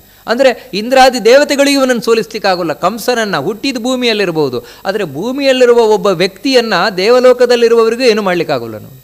ಆ ರೀತಿ ಆಗಿದ್ದಾನೆ ಇವನು ಕಂಸ ಅಂತ ಹೇಳ್ತಾರೆ. ಔಗ್ರಸೇನೆ ಜನಿತೋ ಸುರೇಣ ಕ್ಷೇತ್ರೇ ಹಿ ತದ್ರೂಪಧರೇಣ ಮಾಯಯ ಗಂಧರ್ವಿಜೇನ ದ್ರಮಿಳೇನ ನಾಮ್ನ ಕಂಸೋಜಿತೋ ಯೇನ ವರಾಚ್ಛಚೀಪತಿ ಅಂತ ಹೇಳ್ತಾನೆ. ವಾಸ್ತವಿಕವಾಗಿ ಇವನ ತಂದೆ ದ್ರಮಿಳ ಅಂತ, ಕಂಸನ ತಂದೆ. ಅವನೊಬ್ಬ ಗಂಧರ್ವ, ಅಂದರೆ ಅಸುರ ಗಂಧರ್ವ. ಇದು ಭಾಗವತದಲ್ಲೂ ಬರುವಂಥ ಕಥೆ. ಒಮ್ಮೆ ಉಗ್ರಸೇನನ ಪತ್ನಿ, ಅವಳು ಯಾರು ಏನು ಅಂತ ಅವಳ ಹೆಸರು ಹೇಳುವುದಿಲ್ಲ, ತಾನು ಋತುಸ್ನಾತಳಾಗಿ, ಅಂದರೆ ತಾನು ಮುಟ್ಟಾಗಿ ಸ್ನಾನ ಮಾಡಿ ಒಂದು ಸಲ ವಾಯುವಿಹಾರಕ್ಕೋಸ್ಕರ ನಿಂತಿದ್ದಾಳಂತೆ. ಆ ಸಂದರ್ಭದಲ್ಲಿ ಇವನು ಬಂದ, ದ್ರಮಿಳ ಅಂತ ಗಂಧರ್ವ. ಇವಳನ್ನು ನೋಡಿದ, ಅವಳ ರೂಪವನ್ನೆಲ್ಲ ನೋಡಿ ಬಹಳ ಅವನಿಗೆ ಖುಷಿ ಆಯ್ತಂತೆ. ಇವಳು ಯಾರು ಏನು ಕೇಳ್ಕೊಂಬ ಅಂತ ಕಳಿಸ್ಕೊಟ್ಟ ತನ್ನ ಸಾರಥಿಯನ್ನು. ಗೊತ್ತಾಯಿತು ಇವಳು ಉಗ್ರಸೇನನ ಪತ್ನಿ ಅಂತ. ಆ ಗಂಧರ್ವ, ಅಸುರ ಗಂಧರ್ವ, ಉಗ್ರಸೇನನ ವೇಷದಿಂದಲೇ ಇವಳು ಬಳಿ ಹೋದ. ಇವಳು ಗಂಡ ಬಂದಿದ್ದಾರೆ ಅಂತ ತಿಳ್ಕೊಂಡು ಆ ಗಂಡನೊಟ್ಟಿಗೆ ತಾನು ವಿಹಾರವನ್ನು ಮಾಡಿದ್ಲು. ಆದರೆ ವಿಹಾರವನ್ನು ಮಾಡ್ತಾ ಇರುವಂತಹ ಸಂದರ್ಭದಲ್ಲಿ ಇವನ ಚಲನ ವಲನ ಮುಂತಾದವುಗಳನ್ನೆಲ್ಲ ಕಂಡು ಅವಳಿಗೆ ಯಾಕೋ ಸಂಶಯ ಬಂತು. ಕೂಡಲೇ ಇವನ ಹತ್ತಿರದಲ್ಲೇ ಅಪ್ಪಿಕೊಂಡಿದ್ದವಳು ದೂರ ಹೋದ್ಲು. ನೀನು ಯಾರು ಹೇಳು ನಿಜವಾಗ್ಲು ಅಂತ ಹೇಳಿ. ಆವಾಗ ತನ್ನ ಮೂಲ ರೂಪ ತೋರಿಸ್ತಿದ್ದ. ನೋಡಿ, ಈ ರೀತಿ ನಾನು ದ್ರಮಿಳ ಅಂತ ಗಂಧರ್ವ, ನಿನಗೆ ಅನುಗ್ರಹ ಮಾಡಲಿಕ್ಕೋಸ್ಕರ ಬಂದಿದ್ದೇನೆ. ನಮ್ಮಂಥ ಗಂಧರ್ವರು ಸಿಗುವುದೇ ಎಷ್ಟೋ ಜನ್ಮಗಳ ಪುಣ್ಯ ಅಂತ ಹೇಳಿದಾಗ ಅವಳು ಹೇಳ್ತಾಳೆ, ಛೀ ಪಾಪಿ, ನನ್ನಂಥ ಒಬ್ಬ ಪತಿವ್ರತೆಯನ್ನು ಹಾಳು ಮಾಡಿದ್ದಷ್ಟೇ ಅಲ್ಲ, ಈ ರೀತಿ ಬೇರೆ ನಿನ್ನನ್ನು ಕೊಚ್ಕೊಳ್ತಾ ಇದೆಯಾ ಅಂತ ಹೇಳ್ತಾಳೆ. ಅಷ್ಟು ಮಾತ್ರ ಅಲ್ಲ, ದ್ರಮಿಳ ಹೇಳ್ತಾನೆ, ನನ್ನಿಂದಾಗಿ ನಿನಗೊಂದು ಮಗು ಹುಟ್ಟತ್ತೆ ನೋಡು ಅಂದ. ಅವಳಿಗೆ ಅದನ್ನು ತಹಿಸ್ಕೊಳ್ಳಿಕ್ಕೆ ಆಗಲಿಲ್ಲ. ಒಂದೊಮ್ಮೆ ಅಂಥ ಮಗು ಹುಟ್ಟಿತು ಅಂತೇಳಿದರೆ ಅವನು ಇಡೀ ಕುಲಕ್ಕೆ ಕಂಟಕನಾಗಲಿ, ಈ ಕುಲದಲ್ಲೇ ಬಂದವನಿಂದಾಗಿ, ನಮ್ಮ ಕುಲದಲ್ಲೇ ಬಂದವನಿಂದಾಗಿ ಅವನಿಗೆ ಸಾವು ಬರಲಿ ಅಂತ ಶಾಪ ಕೊಟ್ಟಳು. ಅವಳೇ ತನ್ನ ಗರ್ಭಕ್ಕೆ ತಾನು ಶಾಪ ಕೊಟ್ಟುಕೊಂಡ್ಳು. ಅವನೇ ಕಂಸನಾಗಿ ಹುಟ್ಕೊಂಡ್ಬಂದಿದ್ದಾನೆ ಅಂತ ಹೇಳ್ತಾನೆ. ಗಂಧರ್ವಿಜೇನ ದ್ರಮಿಳೇನ ನಾಮ್ನ ಕಂಸೋಜಿತೋ ಯೇನ ವರಾತ್ ಶಚೀಪತಿ. ನಿಜವಾಗಲೂ ಕೂಡ ಇಂದ್ರನನ್ನು ಸೋಲಿಸಿದವನಂತ ಕಂಸ. ಯಾಕಂದರೆ ಶಿವನ ವರದಿಂದಾಗಿ ಇಂದ್ರನನ್ನು ಸೋಲಿಸಿದ್ದಾನೆ, ವರುಣನನ್ನು ಸೋಲಿಸಿದ್ದಾನೆ. ಈ ರೀತಿ ಎಲ್ಲರನ್ನು ಸೋಲಿಸಿದವನು. ಕನ್ಯಾವನಾರ್ಥಂ ಮಗಧಾದಿಪೇನ. ಇಷ್ಟಲ್ಲದೆ ಇವನಿಗೆ ಹೆಣ್ಣು ಕೊಟ್ಟವರು ಯಾರು? ಅವನಿನೊಬ್ಬ ದೊಡ್ಡ ದೈತ್ಯ ಅವನು. ಅಂದರೆ ಅದು ಜರಾಸಂಧ. ಜರಾಸಂಧ ತನ್ನ ಇಬ್ಬರು ಹೆಣ್ಣುಮಕ್ಕಳು ಅಸ್ಥಿ ಪ್ರಾಸ್ತಿ ಅಂತ ಅವಳನ್ನು ಇವನಿಗೆ ಕೊಟ್ಟು ಮದುವೆ ಮಾಡಿದ. ಯಾಕಂತ ಹೇಳಿದ್ರೆ, ಭಲೆ ನೀನು ಚೆನ್ನಾಗಿ ವಿಷ್ಣು ದ್ವೇಷ ಮಾಡ್ತೀಯ ಅಂತ. ನೋಡಿ, ಇಷ್ಟೇ ತನ್ನ ಅಳಿಯನ ಹತ್ರ ಅವನು ಗುರುತಿಸಿದ ಕ್ವಾಲಿಫಿಕೇಷನ್, ಅರ್ಹತೆ ಏನು ಅಂತ ಹೇಳಿದ್ರೆ, ನೀನು ಧಾರ್ಮಿಕರನ್ನು, ವಿಷ್ಣು ಭಕ್ತರನ್ನು ಚೆನ್ನಾಗಿ ದ್ವೇಷ ಮಾಡ್ತೀಯ ನೀನು, ಅದಕ್ಕೆ ನನ್ನ ಅಳಿಯ ಆಗಲಿಕ್ಕೆ ಯೋಗ್ಯ ಇದ್ದೀಯ ನೀನು ಅಂತೇಳಿ ಅವನಿಗೆ ತನ್ನ ಇಬ್ಬರು ಹೆಣ್ಮಕ್ಳನ್ನು ಕೊಟ್ಟು ಮದುವೆ ಮಾಡಿದ ಇವರು. ಈ ಜರಾಸಂಧ. ಇವನು ಯಾರು ಈ ಜರಾಸಂಧ ಅಂತ ಹೇಳಿದರೆ, ಅದಕ್ಕೆ ಹೇಳ್ತಾರೆ, ನಿವಾರಯಾಮಾಸ ಕಂಸ ಮುದ್ಧತಂ ಶಕ್ತೋಪಿ ಯೋ ಯಸ್ಯ ಬಲೇನ ಕಶ್ಚಿತ್ ತುಲ್ಯ ಪೃಥಿವ್ಯಾಂ ವಿವರೇಶು ವಾ ಕ್ವಚಿತ್ ವಶೇ ಬಲಾತ್ಯೋ ನೃಪತೀಂಶ್ಚ ಚಕ್ರೆ. ಇವನೇ ಹಿಂದೆ ವಿಪ್ರಚಿತ್ತಿ ಅಂತಿದ್ದ. ವಿಪ್ರಚಿತ್ತಿ ಅಂತ ಬಂದರೂ ವಾಯುದೇವನಿಂದ ಸತ್ತೋದ್ನಲ್ವ, ಆ ವಿಪ್ರಚಿತ್ತಿಯೇ ಜರಾಸಂಧನಾಗಿ ಬಂದಿದ್ದಾನೆ ಅಂತ ಹೇಳ್ತಾರೆ. ಜರಾಸಂಧನಾಗಿ ಬಂದಿದ್ದಾನೆ. ಜರಾಸಂಧನಾಗಿ ಬಂದು ಇವನು ಇನ್ನೊಬ್ಬ ಕಂಟಕನಾಗಿ ಕೂತಿದ್ದಾನೆ ಇಲ್ಲಿ. ಅಂದರೆ ಎಂಥೆಂಥ ದೈತ್ಯರುಗಳು ಅಂತ. ಇವತ್ತು ನಾವಿಂಥ ದೈತ್ಯರುಗಳನ್ನು ನೋಡಲಿಕ್ಕಾಗೋಲ್ಲ. ಯಾಕಂದರೆ ಇವತ್ತು ಯಾರು ನಾವು ಭಯೋತ್ಪಾದಕರನ್ನು ನೋಡ್ತೇವೆ, ಇವುಗಳೆಲ್ಲ ಯಾರು ಚಿಕ್ಕ ಪುಟ್ಟ ದೈತ್ಯರುಗಳಷ್ಟೇ, ಇಂಥ ಭಯಂಕರರಲ್ಲ. ಇವರು ಮಹಾಭಯಂಕರರು, ಈ ಜರಾಸಂಧ ಮುಂತಾದವರು. ಅಷ್ಟು ಮಾತ್ರ ಅಲ್ಲ, ಈ ಜರಾಸಂಧನಿಗೆ ಬ್ರಹ್ಮನ ವರ ಬೇರೆ. ಅವನಿಗೆ ಬ್ರಹ್ಮನ ವರದಿಂದ ಅವನನ್ನು ಯಾರೂ ಸೋಲಿಸ್ಲಿಕ್ಕಾಗೋಲ್ಲ. ಶಿವನ ವರ ಬೇರೆ, ಬ್ರಹ್ಮನ ವರ ಬೇರೆ. ಮಹಾಶಿವನ ಭಕ್ತ ಅವನು ಜರಾಸಂಧ. ಇವನು ಇನ್ನೊಂದು ಕಡೆಯಿಂದ ಇಡೀ ಜಗತ್ತಿಗೆ ಕೀಟ್ಲೆ ಕೊಡ್ತಾ ಇದ್ದಾನೆ. ಒಂದು ರೀತಿ ಹೇಳಬೇಕು ಅಂತ ಹೇಳಿದರೆ ಇಡೀ ಪ್ರಪಂಚವನ್ನು ಆಗಿನ ಕಾಲದಲ್ಲಿ ತನ್ನ ಮುಷ್ಟಿಯಲ್ಲಿ ಇಟ್ಕೊಂಡವನೇ ಜರಾಸಂಧ. ಎಲ್ಲ ರಾಜರುಗಳು ಇವನು ಹೇಳಿದಾಗೆ ಕೇಳಬೇಕು. ಕೇಳಲಿಲ್ಲ ಅಂತ ಹೇಳಿದರೆ ಆ ದೇಶಕ್ಕೆ ದಿಗ್ಬಂಧನ. ಅಲ್ಲಿಗೆ ಏನು ಹೊರಗೆ ಹೋಗಲಿಕ್ಕಿಲ್ಲ, ಅಲ್ಲಿಂದೇನು ಹೊರಗೆ ಬರಲಿಕ್ಕಿಲ್ಲ. ಕಡೆಗೆ ಅವರು ಇವನಿಗೆ ಶರಣಾಗತರಾಗಲೇಬೇಕು. ಅದಕ್ಕೋಸ್ಕರ ಕೃಷ್ಣ ಅವತರಿಸುವುದಕ್ಕಿಂತ ಮುಂಚೆ ಎಂಥ ಒಳ್ಳೆ ರಾಜರುಗಳಿರ್ಬೋದು, ಎಂಥ ಕೆಟ್ಟ ರಾಜರುಗಳಿರ್ಬೋದು, ಎಲ್ಲ ಜರಾಸಂಧನ ಹಿಂದೆಯೇ ಇದ್ದವರು. ಮಹಾಪ್ರಬಲ ಅವನು, ಮಹಾಬಲಿಷ್ಠನಾದವನು. ಕೆಲವರು ಜರಾಸಂಧನ ಸುದ್ದಿಗೆ ಹೋಗಲಿಲ್ಲ. ಯಾಕಂದರೆ ಜರಾಸಂಧ ಅವ್ರ ಸುದ್ದಿಗೆ ಹೋಗಲಿಲ್ಲ. ಯಾಕಂತ ಹೇಳಿದ್ರೆ ಸ್ವಲ್ಪ ಸಂಶಯ ಇತ್ತು ಅವನಿಗೆ. ಉದಾಹರಣೆಗೆ ಭೀಷ್ಮಾಚಾರ್ಯರ ವಿಷಯದಲ್ಲಿ ಜರಾಸಂಧನಿಗೆ ಸ್ವಲ್ಪ ಸಂಶಯ. ಹೋದರೆ ನನಗೆ ಗೆಲ್ಲಿಕ್ಕಾಗತ್ತಾ ಇಲ್ವಾ ಅಂತ ನೋಡಿ. ಅದಕ್ಕೋಸ್ಕರ ಜರಾಸಂಧ ಭೀಷ್ಮಾಚಾರ್ಯರ ಮೇಲೆ ಯುದ್ಧಕ್ಕೆ ಹೋಗಲಿಲ್ಲ. ಭೀಷ್ಮಾಚಾರ್ಯರಿಗೂ ಡೌಟು, ಜರಾಸಂಧನ ಮೇಲೆ ಯುದ್ಧಕ್ಕೆ ಹೋದರೆ ನಾನು ಗೆಲ್ತೇನೋ ಇಲ್ವೋ ಅಂತ ಡೌಟು. ಅದಕ್ಕೆ ಅವನು ಇವ್ರ ಸುದ್ದಿಗೆ ಬರಲಿಲ್ಲ, ಇವನು ಅವ್ರ ಸುದ್ದಿಗೆ ಬರಲಿಲ್ಲ. ನೋಡಿ, ಹೀಗೆ ಇಬ್ಬರು ತಟಸ್ಥರಾಗಿದ್ದರು. ಉಳಿದಂತೆ ಯಾರ್ಯಾರಿದ್ದಾರೆ ಎಲ್ಲರನ್ನೂ ತನ್ನ ಹತೋಟಿಯಲ್ಲೇ ಇಟ್ಕೊಂಡವರು. ದೃಪದ, ವಿರಾಟ, ನಿಜವಾಗ್ಲೂ ಇವರೆಲ್ಲ ಒಳ್ಳೊಳ್ಳೆ ರಾಜರುಗಳು. ಆದರೆ ಕೃಷ್ಣ ಅವತರಿಸುವುದಕ್ಕಂತ ಮುಂಚೆ ಇವರೆಲ್ಲರೂ ಜರಾಸಂಧ ಹೇಳಿದಾಗ ಕೇಳುವಂಥವ್ರು. ಆ ರೀತಿ ಜರಾಸಂಧ ಮಹಾಪ್ರಬಲನಾಗಿರುವಂಥವನು. ಅವನಿನ್ನೊಬ್ಬ ದೈತ್ಯ.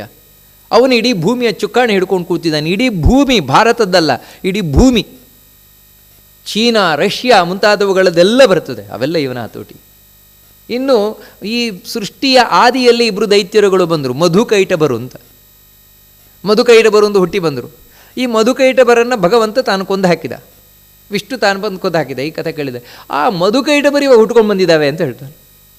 ಯಾರು ಮಧುಕೈಟಭರು ಯಾರು ಅಂತ ಹೇಳಿದ್ರೆ, ಹತೋ ಪುರೋಯೋ ಮಧುಕೈಟಭಾಖ್ಯೋ ತ್ವಯೈವ ಹಂಸೋ ಡಿಬಿಕಶ್ಚ ಜಾತವು ವರಾಜದೇಯೋ ಗಿರಿಶಸ್ಯ ವೀರೌ ಭಕ್ತೋ ಜರಾಸಂಧ ಮನುಸ್ಮತೌ ಶಿವೇ. ಅವರೇ ಇಲ್ಲಿ ಹಂಸ ಡಿಬಕ ಅಂತ ಬಂದಿದ್ದಾರೆ. ಹಂಸ ಡಿಬಕರು ಅಂತ ಇಬ್ಬರು ದೈತ್ಯರಾಗಿ ಹುಟ್ಕೊಂಡು ಬಂದಿದ್ದಾರೆ, ಸಾಲ್ವನ ಮಕ್ಕಳಾಗಿ, ಸಾಲ್ವರಾಜನ ಮಕ್ಕಳಾಗಿ. ಆ ಸಾಲ್ವರಾಜ ಅವನಿನ್ನೊಬ್ಬ ದೈತ್ಯ.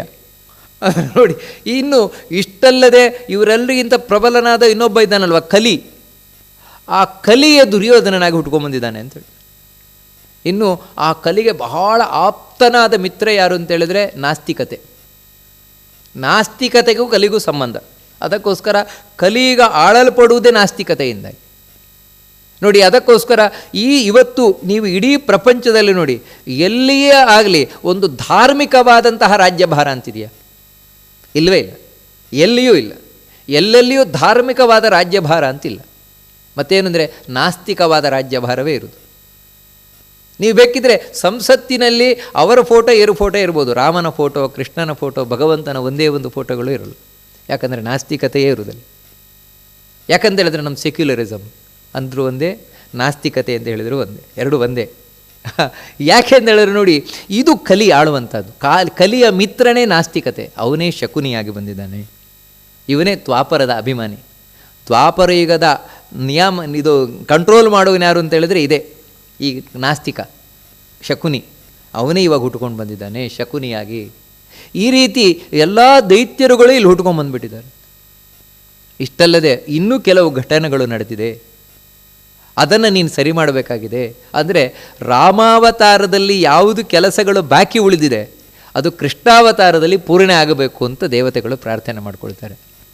ಏನು ರಾಮಾವತಾರದಲ್ಲಿ ಯಾವ್ಯಾವ ಕೆಲಸಗಳು ಬಾಕಿ ಉಳ್ಕೊಂಡಿದೆ, ಅಥವಾ ರಾಮಾವತಾರವನ್ನು ನೋಡಿ ಕೆಲವರು ಸಂಪೂರ್ಣ ಚೇಂಜ್ ಆಗಿಬಿಟ್ಟಿದ್ದಾರೆ, ಅವರನ್ನು ನೀವು ಮತ್ತೆ ಸರಿ ಮಾಡಬೇಕಾಗಿದೆ. ಯಾರು ನೋಡಿ, ಇದೆಲ್ಲ ಕೃಷ್ಣಾವತಾರದ ಹಿಂದೆ ಇರುವಂತಹ ಹಿನ್ನೆಲೆಗಳು. ಅದೇನು ಅದನ್ನು ಮತ್ತೆ ನಾಳೆ ದಿನ ನೋಡೋಣ ಅಂತ ಹೇಳ್ತಾ ಇವತ್ತಿನ ಈ ಉಪನ್ಯಾಸವನ್ನು ಮಧ್ವಾಂತರಗತ ಗೋಪಾಲಕೃಷ್ಣನಿಗೆ ಅರ್ಪಣೆಯನ್ನು ಮಾಡೋಣ. ಶ್ರೀಕೃಷ್ಣ ಅರ್ಪಣಮಸ್ತು.